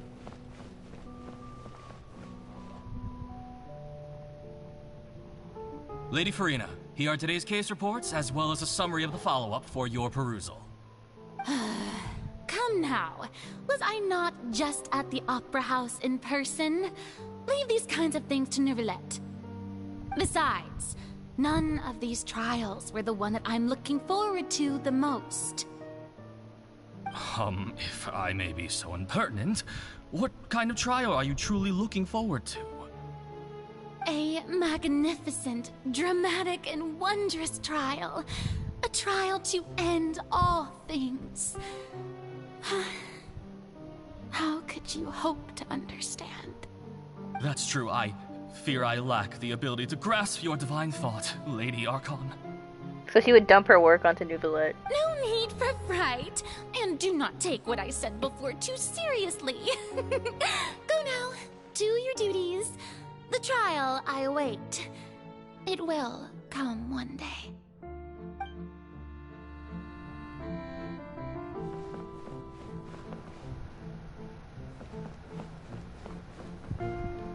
Supposed to be with a meeting? Lady Farina, I don't know what to say. Thank you for agreeing to see me. No need to thank me. Or rather, thank your own sense of perseverance instead. Long have you stood in line to meet me, have you not? Oh, I'm afraid that's just an inevitable consequence of my divine charm. All right, Deoteria, is it? How is your son's illness? You remembered me, and you knew of my family, too. He is doing much better now. In fact, he is far more of an ardent believer than I. He was the one who forced me to seek an audience with you, and to bring your words back to him. Oh, good. Very good. If this should happen again in the future, please do not hesitate to come and tell me. Going down to citizens' homes every so often, while not usual practice, should serve as a fine change of pace. Oh, you're such a gentle and wise god. Thank you once again, on behalf of my son. Okay, so she was sent by her son to meet with Farina. Okay, this seems to be like a library or like an archive of records, maybe.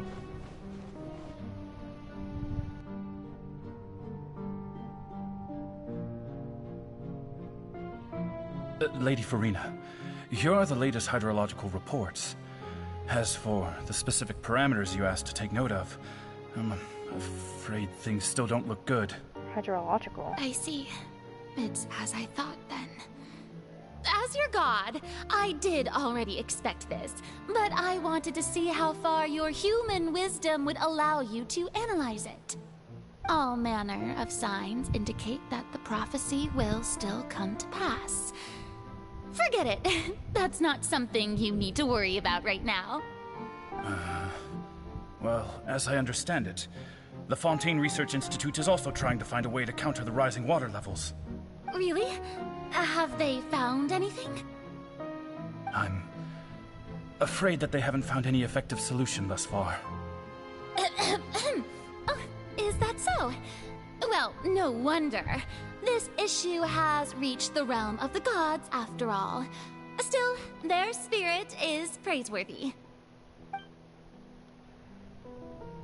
So she was getting reports and everything to try and figure out the water levels. Is this her room? The day is finally over. I haven't had a moment to breathe this whole time. But it's good to see that everything's getting on track. There are no longer any voices of suspicion. Maybe this is fine. I just need to keep going, and everyone will be saved. Well, I have to wonder, how did Farina and Nubilet meet? Did he meet Farina during her assertion? Or how did their first meeting actually all go? Alright, Farina, don't think too hard about this. You need rest. Tomorrow's a new day.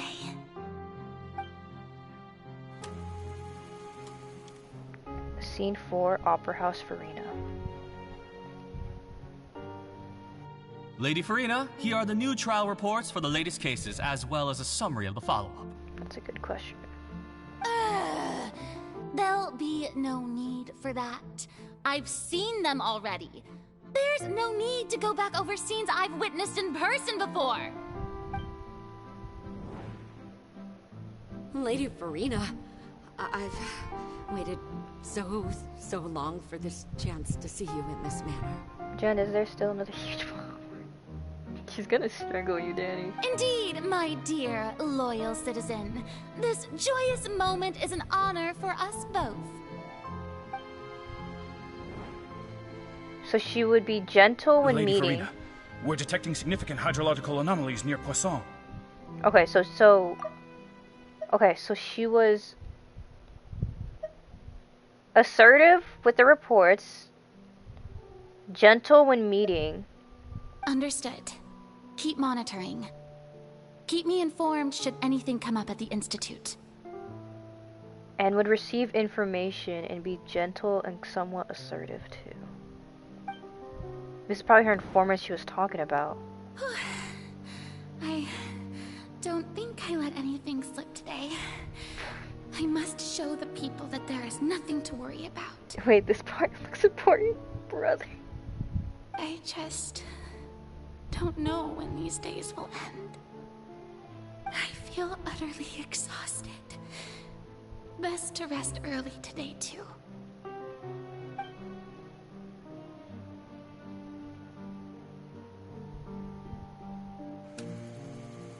Scene 5, Opera House, Farina.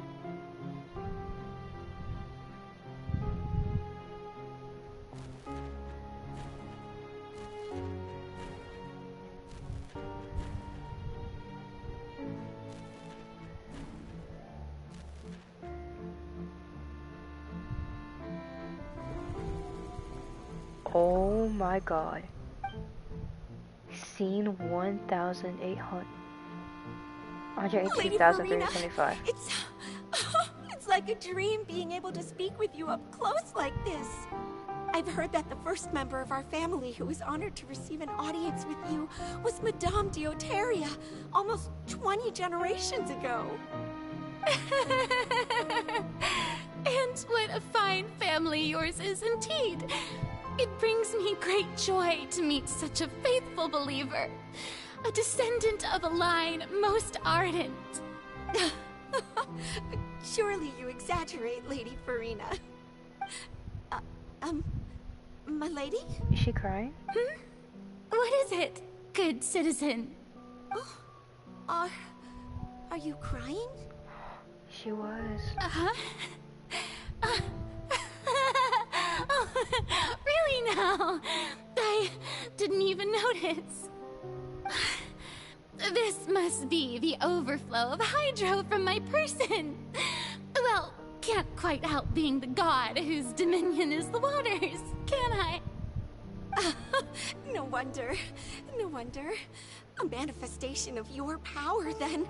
Oh, Archon, I am honored to have witnessed it. Honored indeed. Oh my god. This is probably when it starts to break her. She's trying to be happy through the pain. Is this what she meant? When it comes to my suffering and the people, it should be obvious. Oh, poor Farina. I would want to give her a hug too, because no one deserves that. So interminable. So lonely. Just how much longer? Okay, hold on. I'm gonna do a quick math. By that I mean using my calculator divided by 499 years. So, because it said scene 1,802, 375,000. So, if this is like 499 years have passed. Hundreds of years must have passed by now. Perhaps the show must go on for hundreds more. Oh, she's so tired. I never imagined that it would hurt so much. Have I reached my limit? No. Perhaps I reached it long ago. Today I didn't even notice my own tears. Chat, this is when I cry. The worst part is she couldn't tell anyone, not a single soul. So while Nuvialet cared for her, she could never tell him. She couldn't tell anyone, not even her informants, her followers, anyone. If they knew, then everything would be just gone to vain and the plan wouldn't have gone accordingly. I want to tell someone, anyone, about this. But would that not destroy all I've done so far? I've conducted so many investigations across the centuries. But there's not even a sliver of hope that we might break the prophecy. All I can do is keep heart. I must maintain this act. It is the only way to save Fontaine. Please, mirror me. You have to succeed.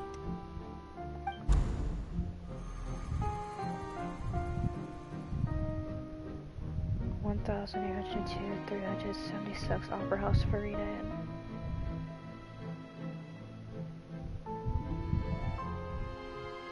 Farina, you don't have to shoulder this burden alone. Although I don't know what you might be keeping from everyone, your people are more than willing to share your burden with you.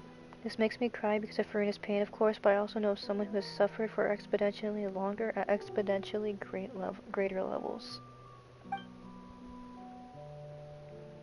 That's my voice. Is this the scene from when we were within the giant magic box? This is great. I didn't think that this scene would play in her inner world. Surely I found out what you wanted to tell me this time. Share my burden. That's impossible. It was fated right from the start that this would be my duty alone. But even if your burden doesn't need to be shared, you can still choose to confide in someone. I was bawling my eyes out when I played this the first time. Just share it with me. I'm what you'd call a witness. A witness? Yes, I've heard that you came to Tevat from beyond the stars, yes. In other words, you never belonged here. And if Tevat is, in its entirety, a show on a stage, then you're just a spectator, aren't you? If that's the case... She's right. I could confide in her, couldn't I? But if things don't play out as expected, the people of Fontaine will be the ones to pay the price. No, Farina. You shouldn't be selfish. But what if it's really alright? Farina, you've worked so hard for so long.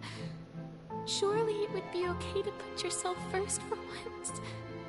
Just this once. Is it such an outrageous thing to do anyway? To find someone in whom you can confide your frustrations and sorrows? Surely it could not hurt.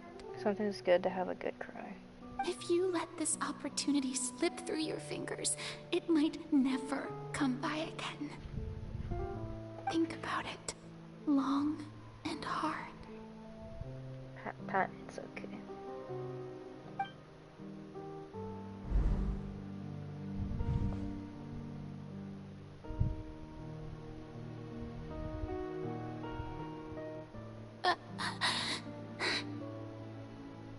No, I have nothing to say. I am Farina, the Archon of Fontaine. Everything will surely get better. All you need to do, dear spectator, is to witness my performance until the curtains fall.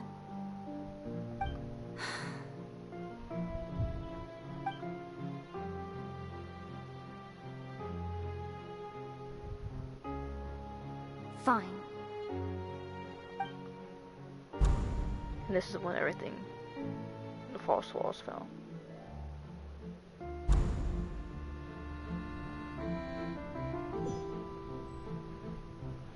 So even Farina doesn't know the truth? You've never once let her in on the full plan? He seems his voice is shaky with probably like anger, but also sorrow. Yes, it had to be done. To deceive the heavenly principles, you must first deceive yourself. She did very well. If she had let her resolve falter even once in these 5 centuries, Fontaine would have been doomed to the most tragic fate. It seems that trusting humanity was the right decision after all. I believe that I understand how your deception works, but that is only half the truth, is it not? How would you build on this foundation to save the people of Fontaine? That is the most important thing. So Danny is a more important.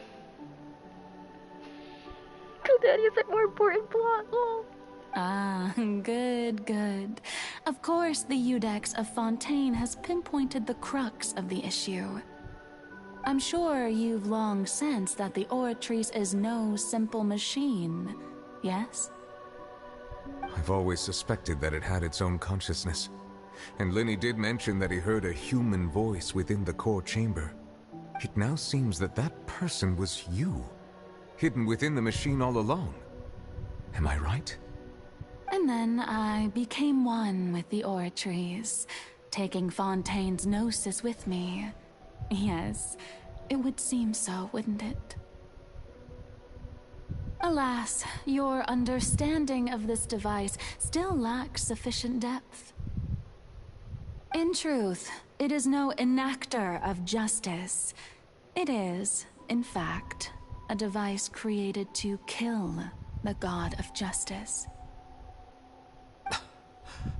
I beg your pardon?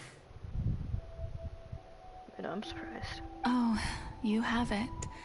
And to be more precise, not only will the Oratrice take down the god of justice, it will also take down the divine throne upon which she has been placed. I mean, did you think I would be the sort to enjoy peaceful repose while Furina suffered? My work over these last 500 years has been to constantly accumulate indemnitium within the Oratrice. But really, some have already discovered that only a small fraction of the energy generated by the device was ever used to provide power to Fontaine. The vast majority had to be, accumulated to enact this death sentence. It was all a part of your plan then? Both the trial and the sentence? Indeed. This power, accrued over 5 centuries, could have sustained Fontainians for millennia, had it only been used for that purpose. Almost all of it has now been stored within the Oratrice. But only power of this magnitude could hope to destroy the Hydro Archon's divine throne, shaking the rules established by Celestia, and breaking through the institution that is the Seven.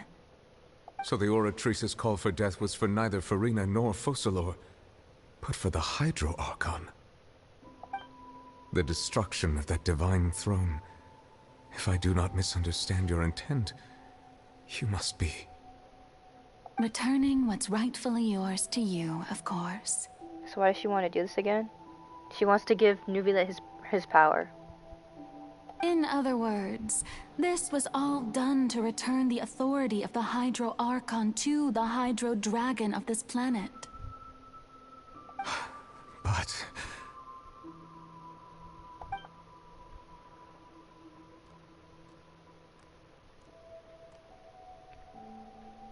I think we're gonna hear the words. Oh, what? Getting sad again, are we? The authority of the ancient dragons shall soon be yours once more, O Hydro Dragon Sovereign. And this is the face you make.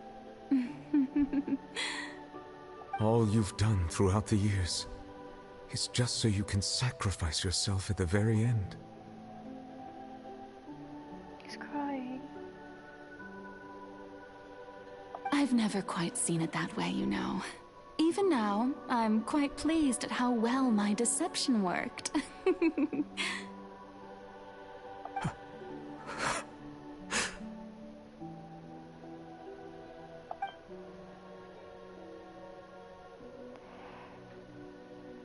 Hydro Dragon, Hydro Dragon, don't cry.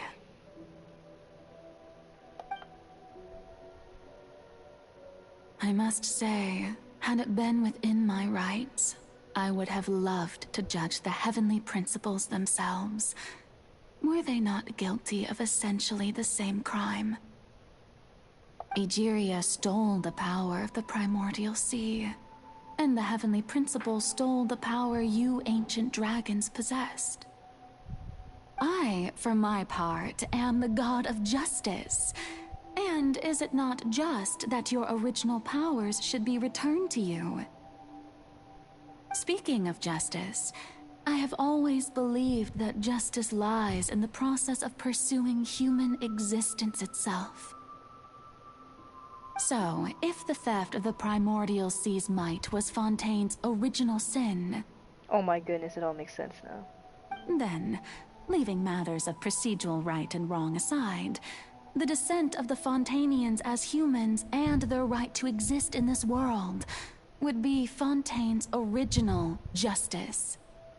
In other words, existence was Egeria's justice, and to me, justice is the continuation of that existence. Defying the prophecy and ensuring that Fontaine's people shall live on, that should be the justice enthroned over all others. At this point, we, whether it be myself or all other Fontainians, have shouldered the burden of this sin for far too long. Iudex Neuvillette, the highest judge in our land, when you regain your full power as an elemental sovereign, what verdict shall you pass upon us? So when I was invited to the court of Fontaine to serve as Iudex, I see now that that was your idea too. At last, I now understand the true purpose behind this position. In the beginning, I was uninterested in human existence. But these 5 centuries of living alongside them have gradually brought about mutual understanding between us. And I have even attempted to feel as they feel. You are a devious one, Focalors. Things being as they are, surely you know that I could never declare them to be guilty. Cutscene time. The hour of my execution is almost here. For the sinner, the curtain call has come. I know I may not sound it, but faced with death, I find myself a little afraid. Perhaps this is one thing both gods and humans have in common.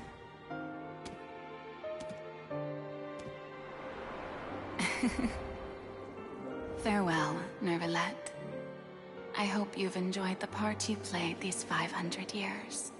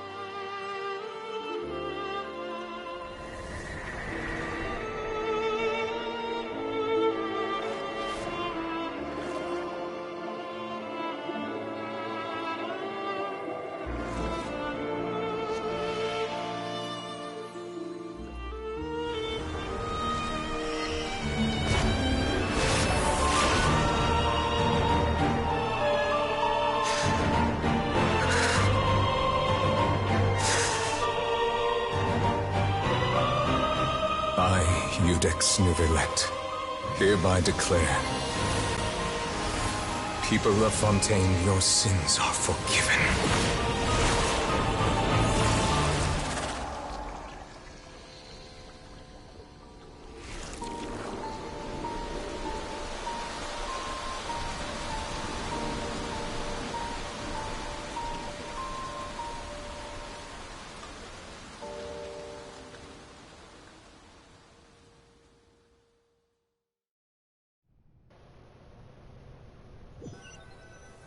Did it have to be that way?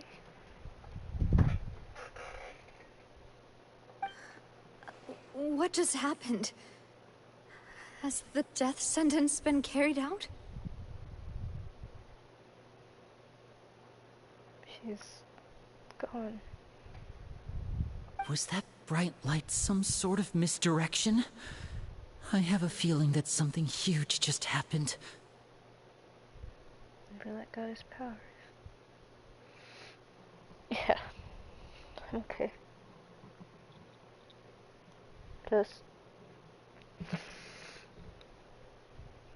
Just made me cry is all.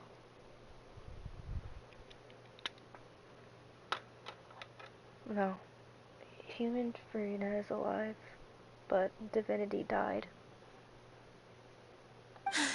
But since we're all still alive and haven't been dissolved, I assume whatever happened was good for us. It's time to end this. We must mete out punishment to that beast. But didn't you say just a moment ago that it can't be defeated? I have gained the strength sufficient to deal with it. Through certain means, I now have the ability to separate the power of the Primordial Sea from that creature. Let's do this. We should seize the opportunity to pursue our quarry. You obtained power just now. Traveler, now that the oratories can no longer function, I require an executor to help me mete out justice. You mean me? The root of the calamities befalling Fontaine.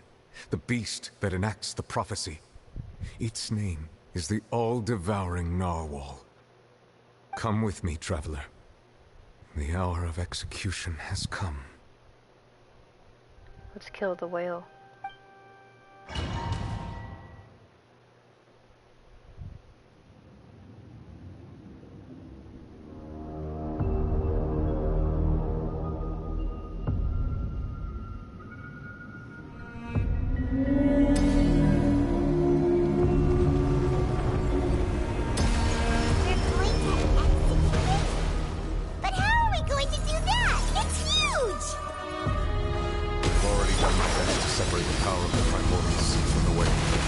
Considering the size of the beast, I cannot reach the power source.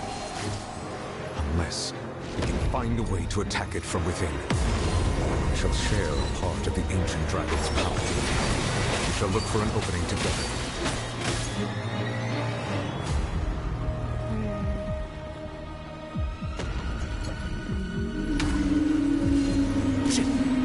One with the forest. I can feel its sorrow turning into hostility.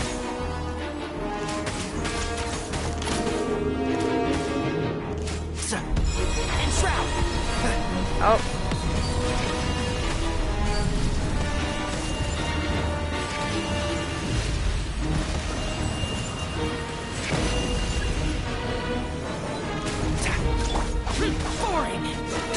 The all-devouring narwhal cannot resist its instinct to devour.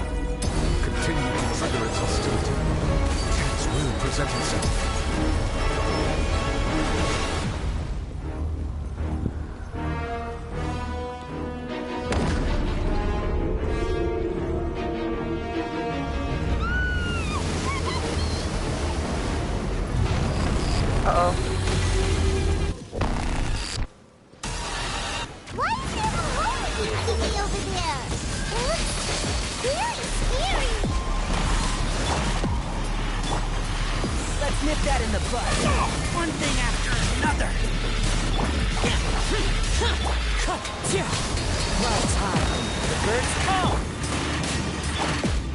I have granted you my protection. Do not fear. Seize the moment.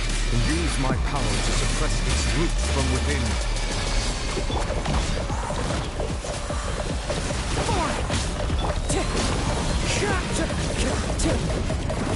Let's dance. Might be my coolest boss fight that I've seen. Useless. Evil conquering. Worthless. Worthless. Worthless. Witness the authority of the ancient dragons. Witness the might of the primordial sea.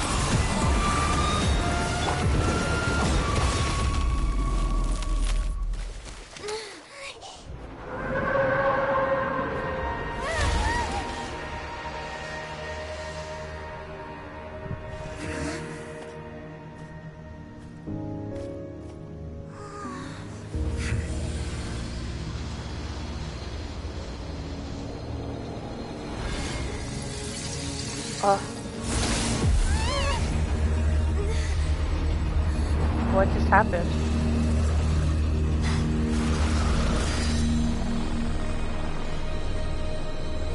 It's Child!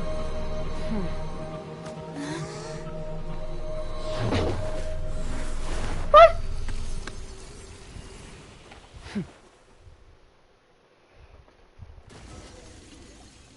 Thanks for helping with the cleanup. It should have been my job, but... oh well. It was just supposed to be a short private training session for me. I didn't think that my disciple and my master's pet would start brawling in the meantime. I laughed the first time I saw that.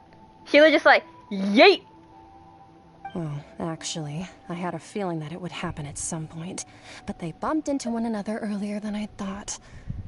What a blunder. I suppose I'll have to swing my sword 3 million times as penance. Your master's pet? That power. Who are you exactly? Paimon has an idea. From what she said earlier, she must be Child's master. Skirk, right? It's just that he gave us the impression that she was the less talkative person. I simply did not have anything to say to the weak.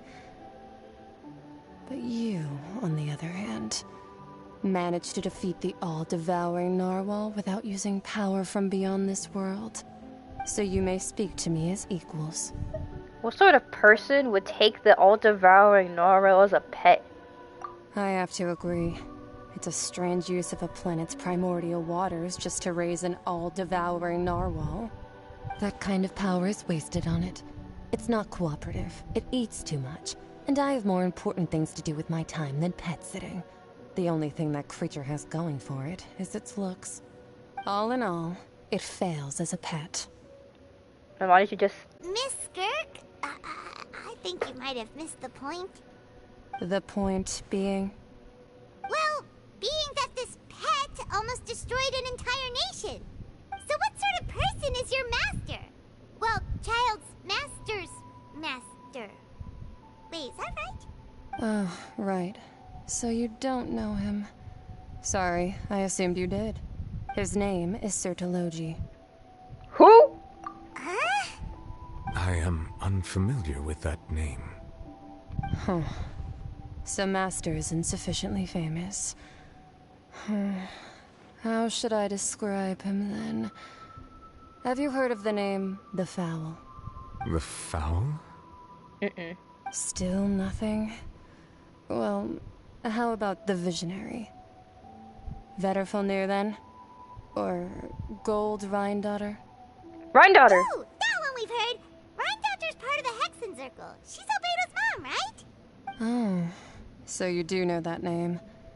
To be honest, I also heard all of those names and titles from my master. I don't actually know them either. But I suppose you understand now, yes? My master is likely a similar sort to Rhindaughter. They are both pursuing some form of perfection. Wait, didn't you also mention a visionary person? Paimon didn't quite catch their name. Verderfalnir. Actually, never mind that. I believe it expedient to inform you that the all-devouring narwhal used up nearly all its strength fighting you. Such roiling hydro energies will prove difficult for the planet's deep seas to digest. As such, the Fontaine back on the surface has most likely been thrown into chaos. In other words, the prophecy that you've been fretting over should now be in full swing. Can we throw Paimon through the black hole next? What? There's a little to be surprised about, Paimon. It is natural, after all. The prophecy will surely come true. We knew this and accepted it. However... Not to worry. Focalor has already managed to deceive the heavenly principles. In the end, the people will all be dissolved into the waters, and only Farina will remain, weeping on her throne.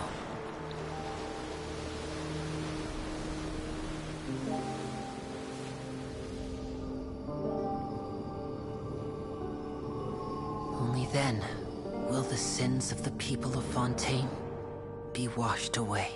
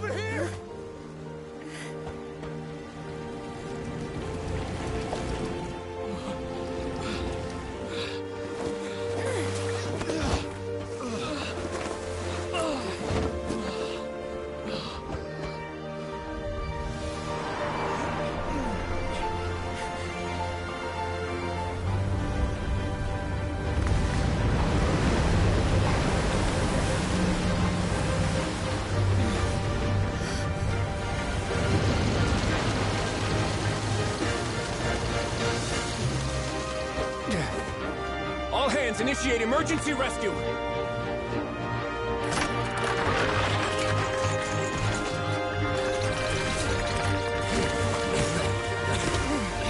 Hurry!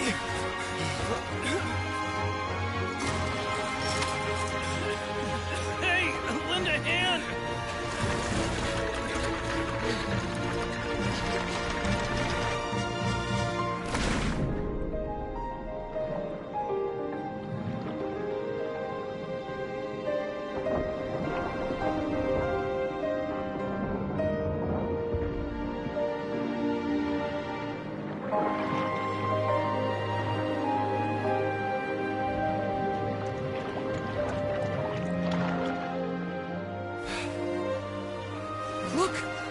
Receding!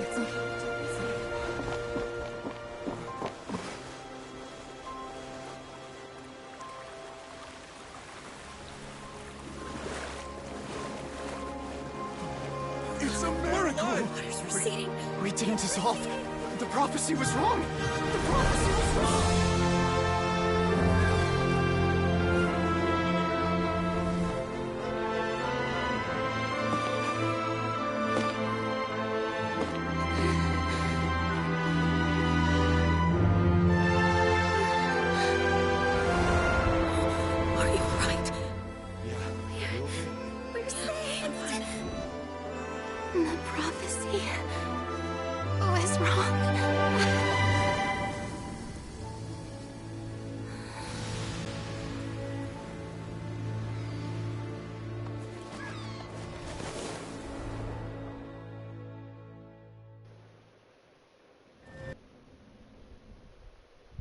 It was in fact not wronged, but overruled. The Soul renewed! The Spina Rasula talks post-disaster rebuilding.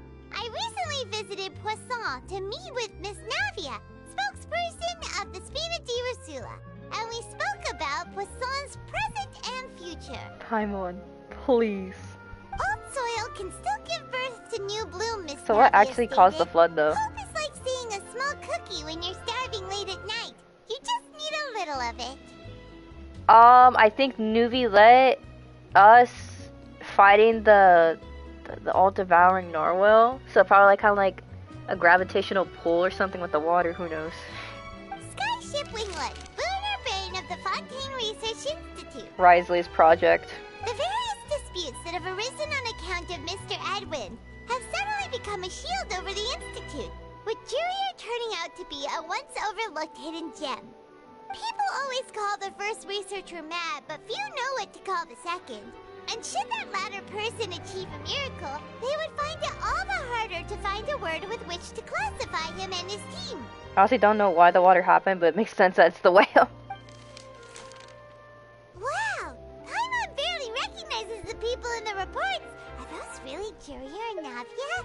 They sound like real big shots. At least they didn't meet them in that capacity. What do you think? Pretty enthralling, huh? The Steambird's idea was pretty simple. With the disaster just having passed, we would print a free edition packed to the margins with good news to calm people down.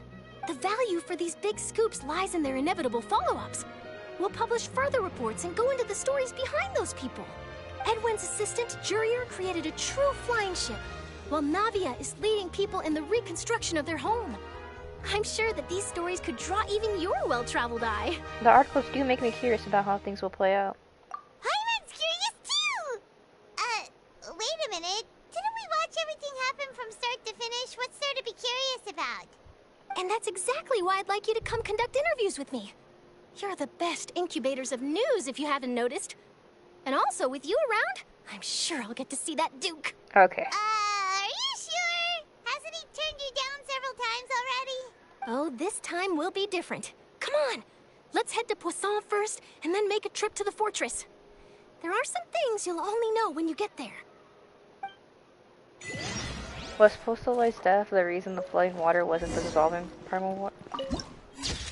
Well, we got something. Tears among the stars.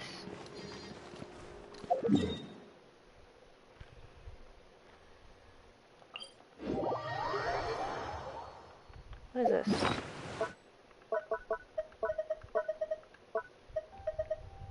A drop of water contained within the colossal beast who convert covet. Okay, so this is like something to keep.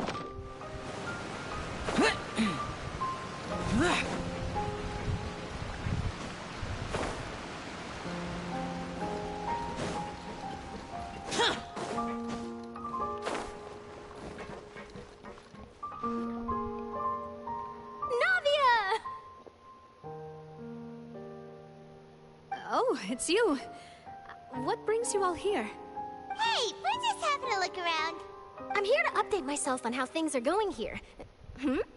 Oh, the Fatui are here too. Let me introduce you. This is Mr. Garunt Snezhevich. He represented the Knave in sending us a large amount of supplies, and is helping with our work. Our residents are hard at work as well. Thanks to everyone, work is progressing nicely. We've lost a lot of people, but we're moving forward. That will have to be enough. Hello, Miss Charlotte. I'm a big fan of yours. I especially like that article you wrote last year about Fontaine's stray cats. But if you don't mind, could you not emphasize our role too much in your report? It's not charity we're doing here. We just happen to share the same interests as the Spina. I get where you're coming from. I'll keep it as simple as possible. Or would you be willing to feature as friendly neighbors? That would be fine. Thanks. Oh, you're back too. How are things? Chloride. We finished laying down the construction materials. It'll be another hour before the workers are able to go over there. Huh? You're here too, Clorinde? Well, her reputation's greatly risen after that whole duel business with Miss Farina. So she's here in Poisson to wait out the heat. All right. She really came here to help me out. There's too much to consider in the reconstruction of Poisson. The Spina has need of more decision makers. And, well, I do already happen to be connected to Mr. Callis. Well, with the end of Fontaine, I believe I will now be heading out. I'm getting tired. Alright, Danny. I hope you have a good rest of your night. And get a good rest. Oh, wait just a moment. Do you mind me asking a few questions? You know, about how you felt before the duel. About what it was like facing down a god. There's lots of exciting material there, I bet. Sure, you were a very good streamer. It was nice meeting you. Thank you, Danny. It was nice meeting you too as well. You are a very fun person to talk with. Especially with the devious stuff. Have a good evening. It's night. Buenos dias, peace. 38 shook. Forget it. I'm sure you can find a better theme than that, Miss Charlotte. Alright, hope you enjoyed the quest. Oh, shucks. I see you're Sorry the for same my as crash out. always. Couldn't you do me a favor for Navia's sake? Well, if we're talking about doing things for my sake, you might as well just take a few more photos of me. Or of the Traveler. It's better than wasting time persuading Chlorand, at any rate. Of course I will. I'm not gonna let her off that easy. All right, then everyone who wants to be in the photo, W gather crash up outs as well. and smile. For real. Grr. How did it go? Was it a good shot? Did Paimon look cute in it? Not bad. Your addition really helped the composition of the picture. All right, hang on a moment. Let me snap a few more shots.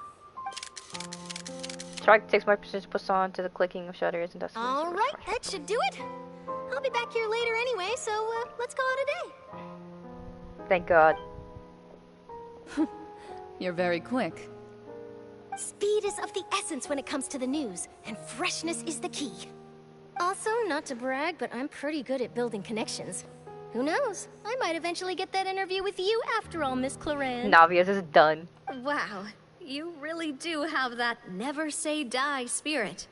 I'm impressed. I'll hazard a guess that this is how you got that interview at the Fortress of Meripede. You already knew she was going? Whoa, you're well informed. Let me make a guess too. I asked Sijuin, who told Monsieur Nervillette, and he told you, right? That's a very complete information chain. In truth, all Monsieur Neuvillette asked me was, when did the fortress become so friendly towards the media? I told him that it was best not to speak too soon.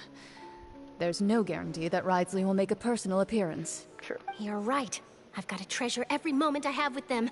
In which case, I'll be making a move first. Stay safe now. And tell me if you hear anything interesting.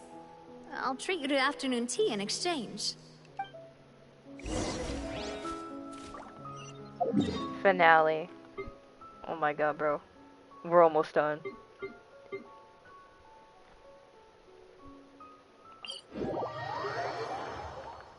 I don't care, let me jump down! Ew. I hate it here, unfortunately. Oh yeah, I forgot, no matter how serious Clara is, she's technically a D&D player. What? A D&D player? Oh, Dungeons and Dragons. Wow, How? guess we're here again, huh? There's a real nostalgic feeling to this place.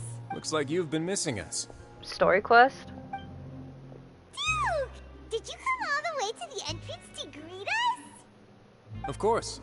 I'm here to welcome you and our dear Miss Charlotte, whom our good head nurse recommended to me. I only did the Faruna story quest. It's an honor to finally meet the much-rumored Duke. Thank you for consenting to my visit to the fortress, sir. And she's more herself. No need to thank me. But that said, I shouldn't be the focus of your interview. I trust you recall our agreement? Of course, of course. All right then, this way.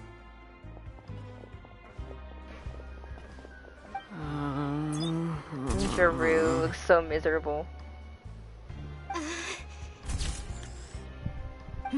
Hey, no need to be so nervous. I've already taken all the photos we need. Miss Charlotte, do these pictures really need to be published on the cover of the Steambird? I only do story quests if I love that character. What if you need the materials? Let the character, like, let's say if you need domain. It would seem that Miss Lorvine doesn't want her face to appear beside that of Mr. Jurier, hmm? Sir, please don't say things like that. But it looks like dear Mr. Jurier denies it. Might this interview be very important to you then? No, I just... This is my first time being interviewed, and I'm very thankful to the Steambird for... The story quest originally for the Primos. Now, I might not look it, but I actually did meet Mr. Edwin once. And I'll be honest, I enjoyed chatting with you more. You've definitely got more of that genius vibe going on. The boat that brought about a miracle, the ark that saved the people. Why, you recreated a myth back there, like an emissary of legend. Still, if I might ask, where's that flying ship now? Gone. Huh. Looks like Charlotte's trying to get herself another exclusive scoop. I have to apologize, but that ship is presently in the bowels of our factory. I'm afraid it won't be easy for you to get a shot of it. Really? Well, then in that case, could I have an interview with you to make up for that loss? Oh, dang! You already know my answer, I'm afraid. Best you interview our head nurse instead. Or perhaps you'd like to take another photo of this couple of researchers? Did you really have to use the word couple? Well, then, 2 solo photos will do. Is my hair messed up? Please, someone help me have a look. Things sure are getting pretty lively here. We've seen this kind of thing before. Oh, seems like everyone's here. Would any of you like to try this new drink I came up with? Siegeween. Hey, Miss Charlotte. Why don't you, take some pretty photos of our head nurse? Sure. Come on, Miss Siegeween, over this way. Let's find a brighter spot. Sure. Do I have to smile? So, how have things been at the fortress? Busy, probably. Same old, as you can see. Fontaine's undergone some changes, but this place is still more or less the same.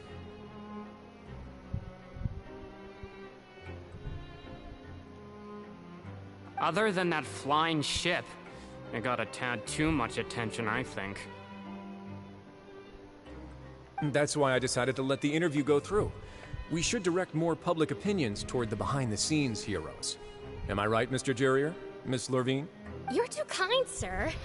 I believe that you too should have your day in the sun. Not that you would want that, just pity. I'll just leave the spotlight to you two.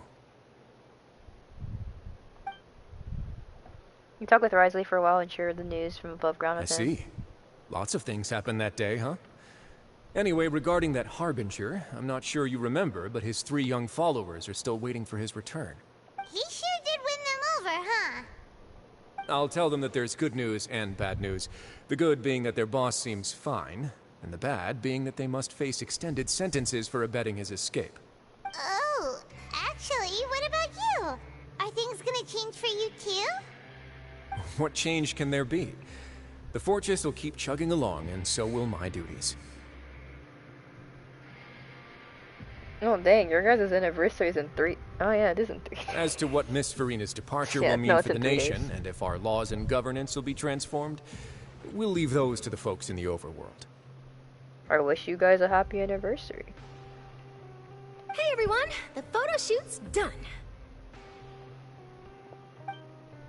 Good. In that case, let's call it a day here. Thanks for your cooperation. Come on, Traveler, let's go. Till next time, everyone. 3/18/24. There'll be a next time? Maybe. Who knows? I might write a story about the underwater factory next time. Until then. All right. Last stop, the docks.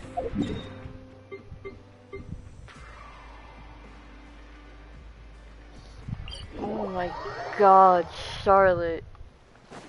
Oh, there's a Hydroculus here. Wait, I wonder. One with nature.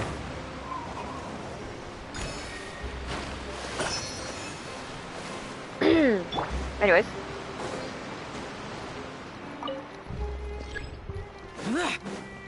Screw the lift.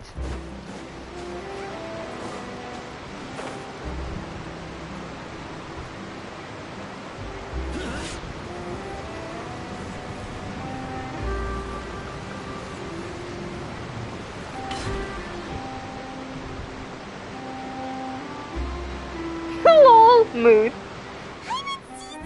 They really are here! How did you know? Navia mentioned that she stayed in touch with Linny and the others after working together.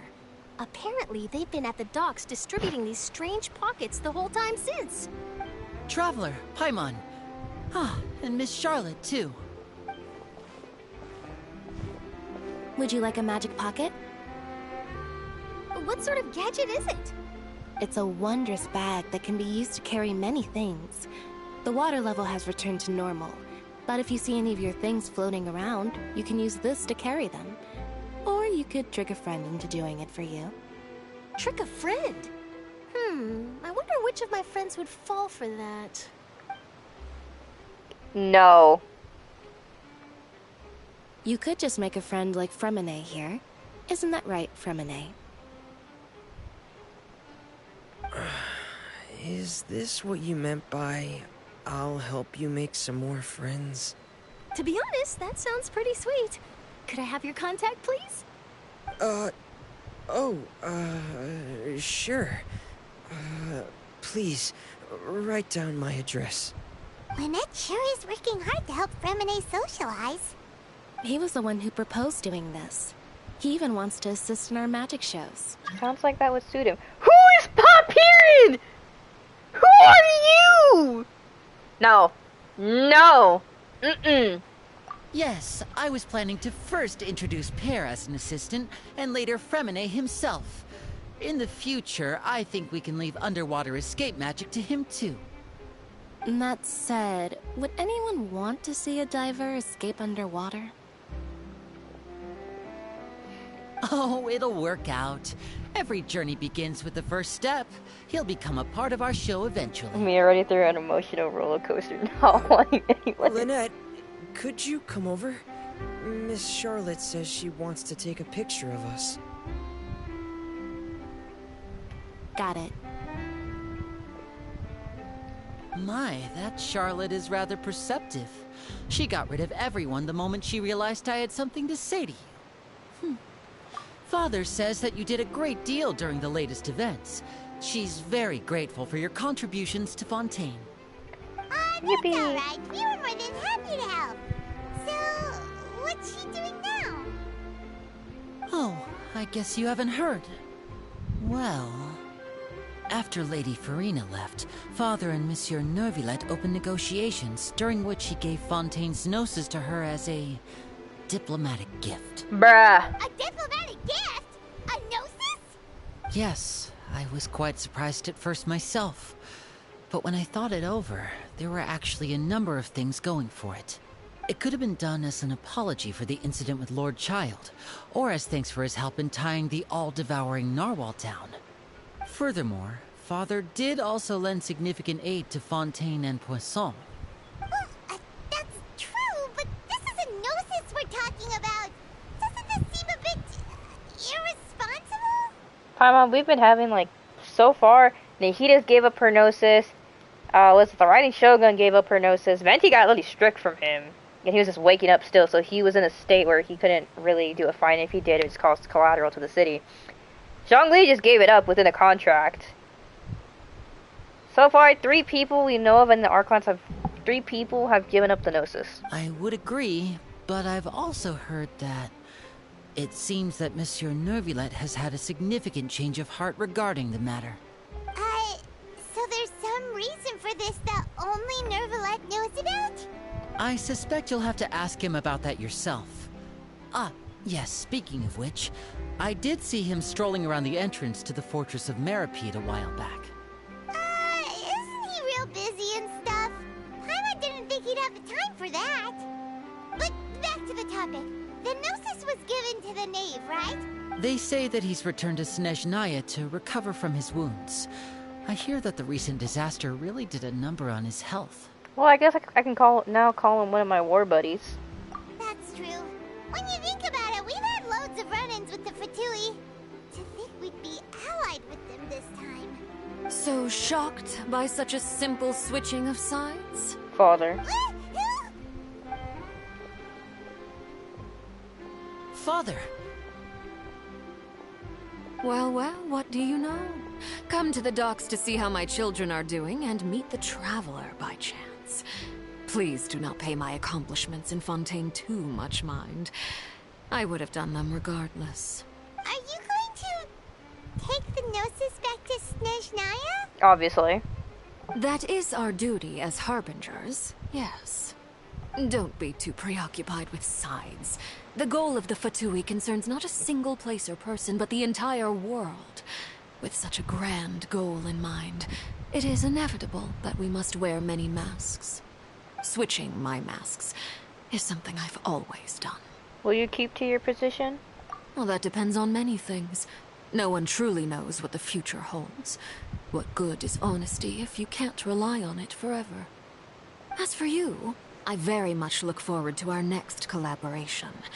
Good things cannot be achieved alone, and you've proved yourselves to be great partners. Actually, I just remembered something. Please help us deliver this. A vision? Alright. I'll remember to return it. Thank you for keeping it safe for him this entire time. And that's a wrap for me. Huh? You're... Arlecchino, you might want to get out of here before she tries to go out and get you for information. Greetings, Miss Journalist. Hello. If I'm not mistaken, there are diplomatic channels I'll need to report to take a photo of you. That is correct. So forgive me, but I will not be able to serve as a subject in your article. However, feel free to write as much as you'd like about our dear magicians and our upcoming rookie talent. I will. The sea breeze is quite pleasant. I shall continue my walk while the weather remains so agreeable. Farewell. Farewell, Father. And there she goes. Oh, she has such an intimidating presence. I didn't even dare to take a picture. Thankfully, I've already wrapped up all my pre-scheduled interviews. Thank you all. This'll be more than enough for me to write about, I'm sure. Don't be too nervous. Why don't you take a magic pocket before you go? Here, Traveler, Paimon, you take one too. Bruh. To move things about?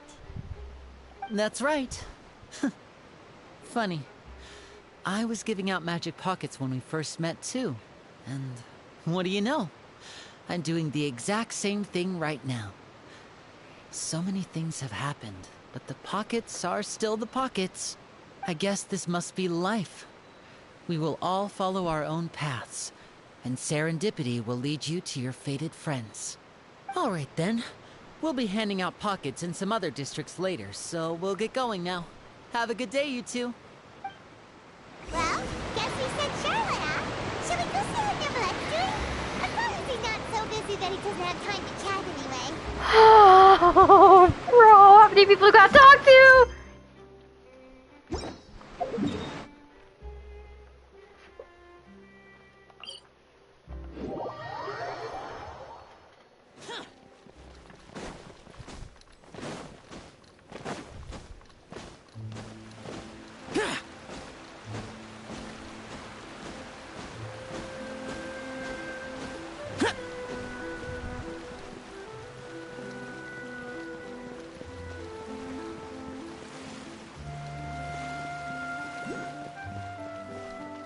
Alright, Cherry, I'm gonna go. You did the main story already. The entrance to the fortress! Alright, thanks for the stream.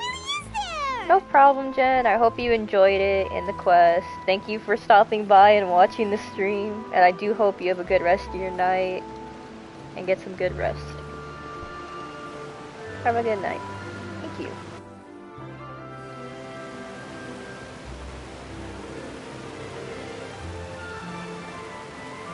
So, you really are here, Nicolette.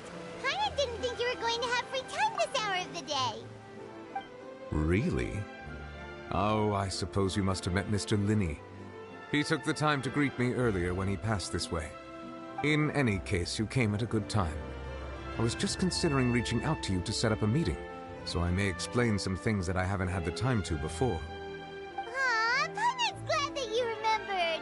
Thank you for keeping us on your mind, what with you being busy and all. Alright, let's have it then. How was Fontaine actually saved? The whole business is still quite the mystery to us. It is strange how words can often leave a bitter taste in the mouth when it finally comes time to say them out loud. Nicholas saw softly before telling the truth concerning what he saw that day. Fossilers deceived the heavenly principles and used Farina's endless performance to save Fontaine. Whoa. So that's what happened? I only saw Farina's part myself. Fossilor destroyed the divine throne of the Hydro Archon and restored your power to you, transforming you into a fully fledged elemental dragon sovereign. But Paimon still doesn't quite get what you did to save the Fontainians from dissolving. He forgives For them me, of their sins. the authority of the ancient dragons refers to absolute control over the hydro element. Fontainians were incomplete humans born of Egeria's use of the power of the primordial sea, with constitutions similar to that of mimics. But so long as those primordial energies remain within them, I could use the ancient dragon's authority to grant them true blood, after the fashion in which life was first brought into being on this planet. In other words, when I gave my verdict, Fontainians became true humans, and thus would naturally no longer be dissolved by water from the primordial sea. Fossilor must have counted on you to make that decision as well. Your verdict was the key to making the prophecy appear to have come true while saving everyone. You could say that it was at that moment that the Fontainians were finally truly born. Yeah, and in a manner of speaking, Fossilor finally managed to fulfill the original Hydro Archon's wish to turn Oceanids into real people too. It seems from your expressions that you still have more things you wish to ask. Ask away. I will tell you the truth as I know it. About the initial verdict that was passed on Child. I have investigated his case along many avenues, and I have learned that he once fell into an unknown chasm when he was young. There, by chance, he awakened the all-devouring narwhal. But whether it be by sentiment or reason, that should not have been enough to consider him the root cause of the disaster. At most, he would have had tangential liability. As for the judgment passed by the Oratrice during the trial, whether it was due to that liability by association, or Fossilor deliberately using him to buy time for us on the assumption that he would be able to hold the creature off, I cannot say. Guess Fossilor had Fontainians in mind the whole time. In the end, it was thanks to her that they finally became real humans. Hang on a second. Paimon suddenly got another question. Back when Fontainians hadn't yet become real humans, were the children they had also transformed Oceanids? Life has always flowed like water. Do you recall how Fontainians would often come to the Fountain of Lucine to pray for children? Yeah, Lynette said the fountain is where all the waters in Fontaine converge. In truth, even those couples did not know that such prayers were no mere custom, but instead a form of ritual. Those Oceanids who were blessed within the spring water would later descend as new humans in the coming months. Paimon sorta gets it now. Either way, seems like this ritual won't be of any further use, but it'll probably live on as a local custom. Ask away. I will tell you the truth as I know it. About Fontaine's future. Yeah, about that. Risley said Farina has already left. What's that all about? Ah, Lady Farina. The people are only aware that her death sentence has not been carried out. She abdicated the post of Hydro Archon and left affairs related to that title to me, before leaving the Opera House. I related Fossilor's words to her faithfully and completely. After hearing them, she seemed neither saddened nor comforted. She simply said that she was tired and needed to rest.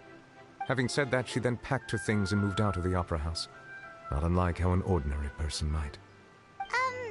But she's still got a place to stay, right? You need not worry. I will make arrangements to ensure that she will not want for food, clothing, board, or travel. In truth, I am somewhat happy for her. The wear and tear on her spirit will, of course, take time to heal. But now that she no longer has to play the role of Fossilor the Hydro Archon, she can finally lay down her burdens and lead a normal life. What about you then? What are your plans now that you've regained your full powers as the Hydro Dragon? After Fossilor passed on, the Oratrice also ceased to function. Also, it's a step This forward. matter will directly affect our trials. After much careful consideration, I've decided to take over its role in our courts. From now on, I shall hear cases and pass verdicts by myself. There are indeed many things that I must do. But this power and this duty, in a manner of speaking, you could say that both were granted to me. As such, before I attend to my other responsibilities, I must first and foremost continue to serve Fontaine as its highest judge. The duty of the Hydro Sovereign and the duty of the Iudex shall coexist within my person. Additionally, the Hydro Archon's departure has brought about another problem, which is that the Opera House shall no longer produce indemnitium. That's true. That power was derived from the people's faith in the Hydro Archon, wasn't it? Wait, but... Immediately. Wow. This ancient dragon's authority stuff is really quite useful, huh? Ask away. I will tell you the truth as I know it. What about Fontaine's Gnosis? Oh, that's right! They say you've given it to the knave as a diplomatic gift or something!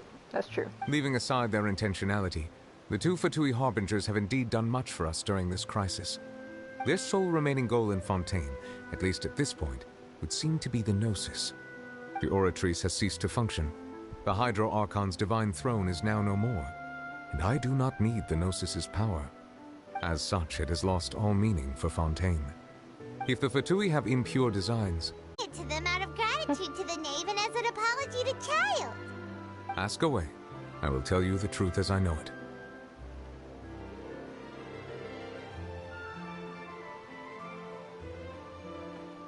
What's the next stop on my journey? You will soon be heading to Natlan, I presume. I'm afraid that I have little talent as a travel guide, so all I can do is tell you what I know about that land. As far as I'm aware, Natlan can be said to be a nation of dragons. A nation of dragons? You mean like you? No, I suspect that I would not find myself welcome there. Unlike ancient dragons such as myself, the dragons of Natlan have undergone long years of development and evolution. Large numbers of them have entered a form of coexistence with humanity. Natlan is also the nation of war. War ravages those lands like an undying flame.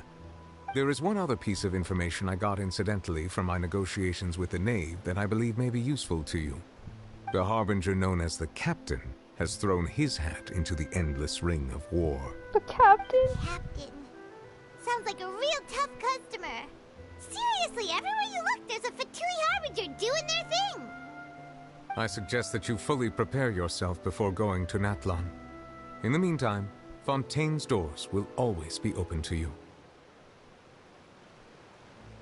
Ask away. I will tell you the truth as I know it.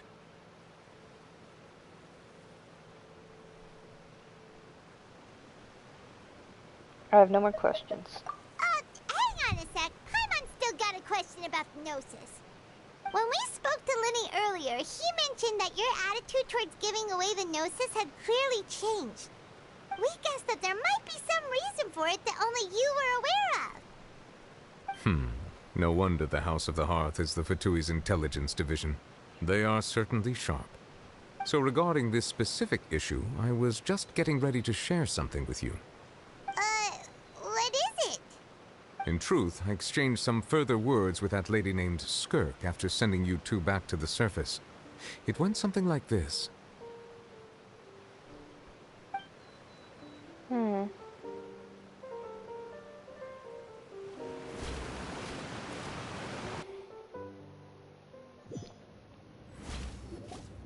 Well, we're going to head topside to see what's going on. You hurry over soon as well, all right, Nervalet? What next? Damn. The all-devouring narwhal isn't here, so I'm no longer getting any interference. I can finally catch the scent of your power, what it's made of. It is the authority of the planet's primordial dragons, but with something very similar to a god's curse mixed in. It's quite a novel blend. I'm sure I've encountered something like this before. What was it again? I do not know what you speak of. Ah, of course. How could I forget? You should have the remains of the third descender on your person, yes? Remains? Third descender? I've never heard of any such thing. Remains. Huh. According to your parlance, I believe it may be called a gnosis. Well, that much is true. After Focalor's divinity faded, she handed her gnosis to me. But I fear I have never heard of it described in the manner that you just did.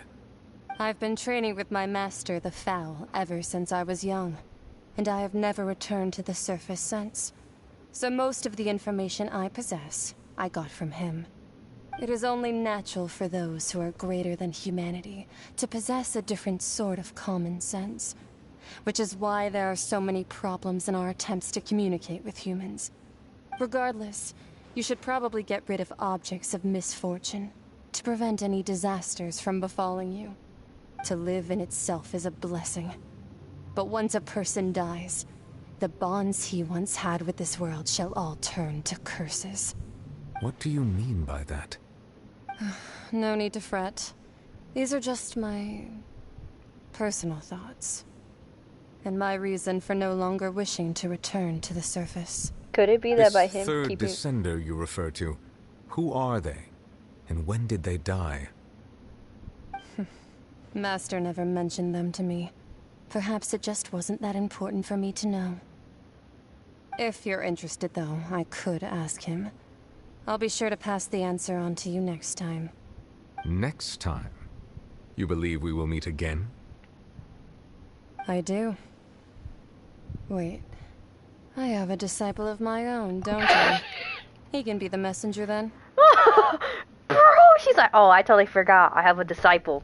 I'll just tell him, be my errand boy. That's crazy. How do you forget you have a disciple, bro? That's what she told me. Whether it would prove useful or not, I wanted to pass that information on to you.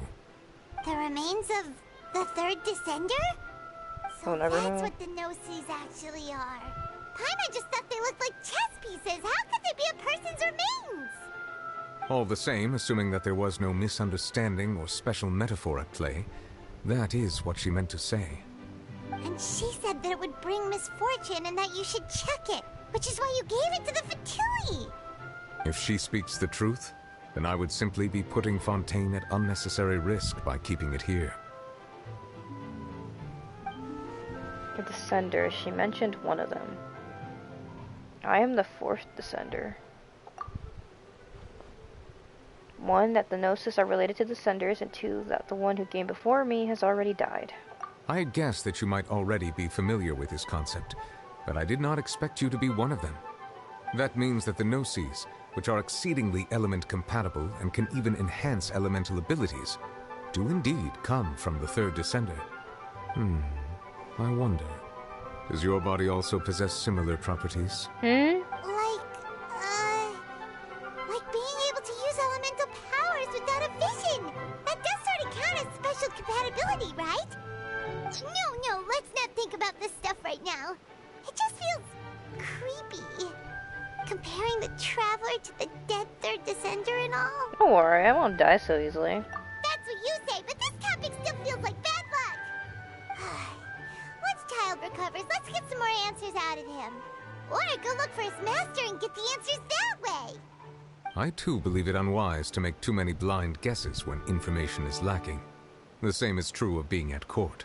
Alright. Whatever the case, it seems like the crisis here in Fontaine's over for now. Yes. All of Focalor's efforts were for this moment as well. But she sacrificed herself in the end as a god, and she suffered through all those years as a human. Was that really what she wanted? I suppose that would be the mystery of a god's will. Can you understand the will of gods? I suspect not. But once in a while I too would guess that if wishes were like the clouds in the sky, they will one day return to the earth as raindrops. Life flows like water, and rain is the final answer. The water levels may sometimes tilt one way or another, but the rain falls fairly upon all. And what, ultimately, is the difference between the rains that fall upon all of us? We finished Act 5.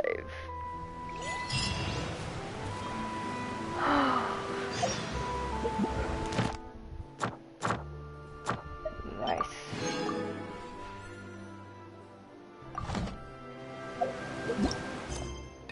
Bedtime.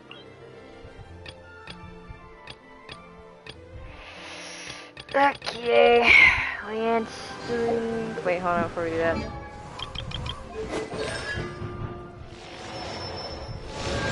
C3 Traveler.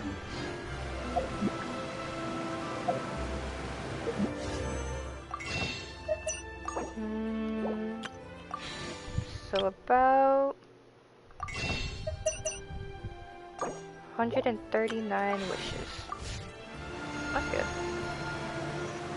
Alright, I'm gonna stream here. Thank you to whoever watched my stream and then having to stick around for this second part. Yeah, emotional roller coaster and a very long day. Alright, I hope everyone has a good rest and everything from after the stream.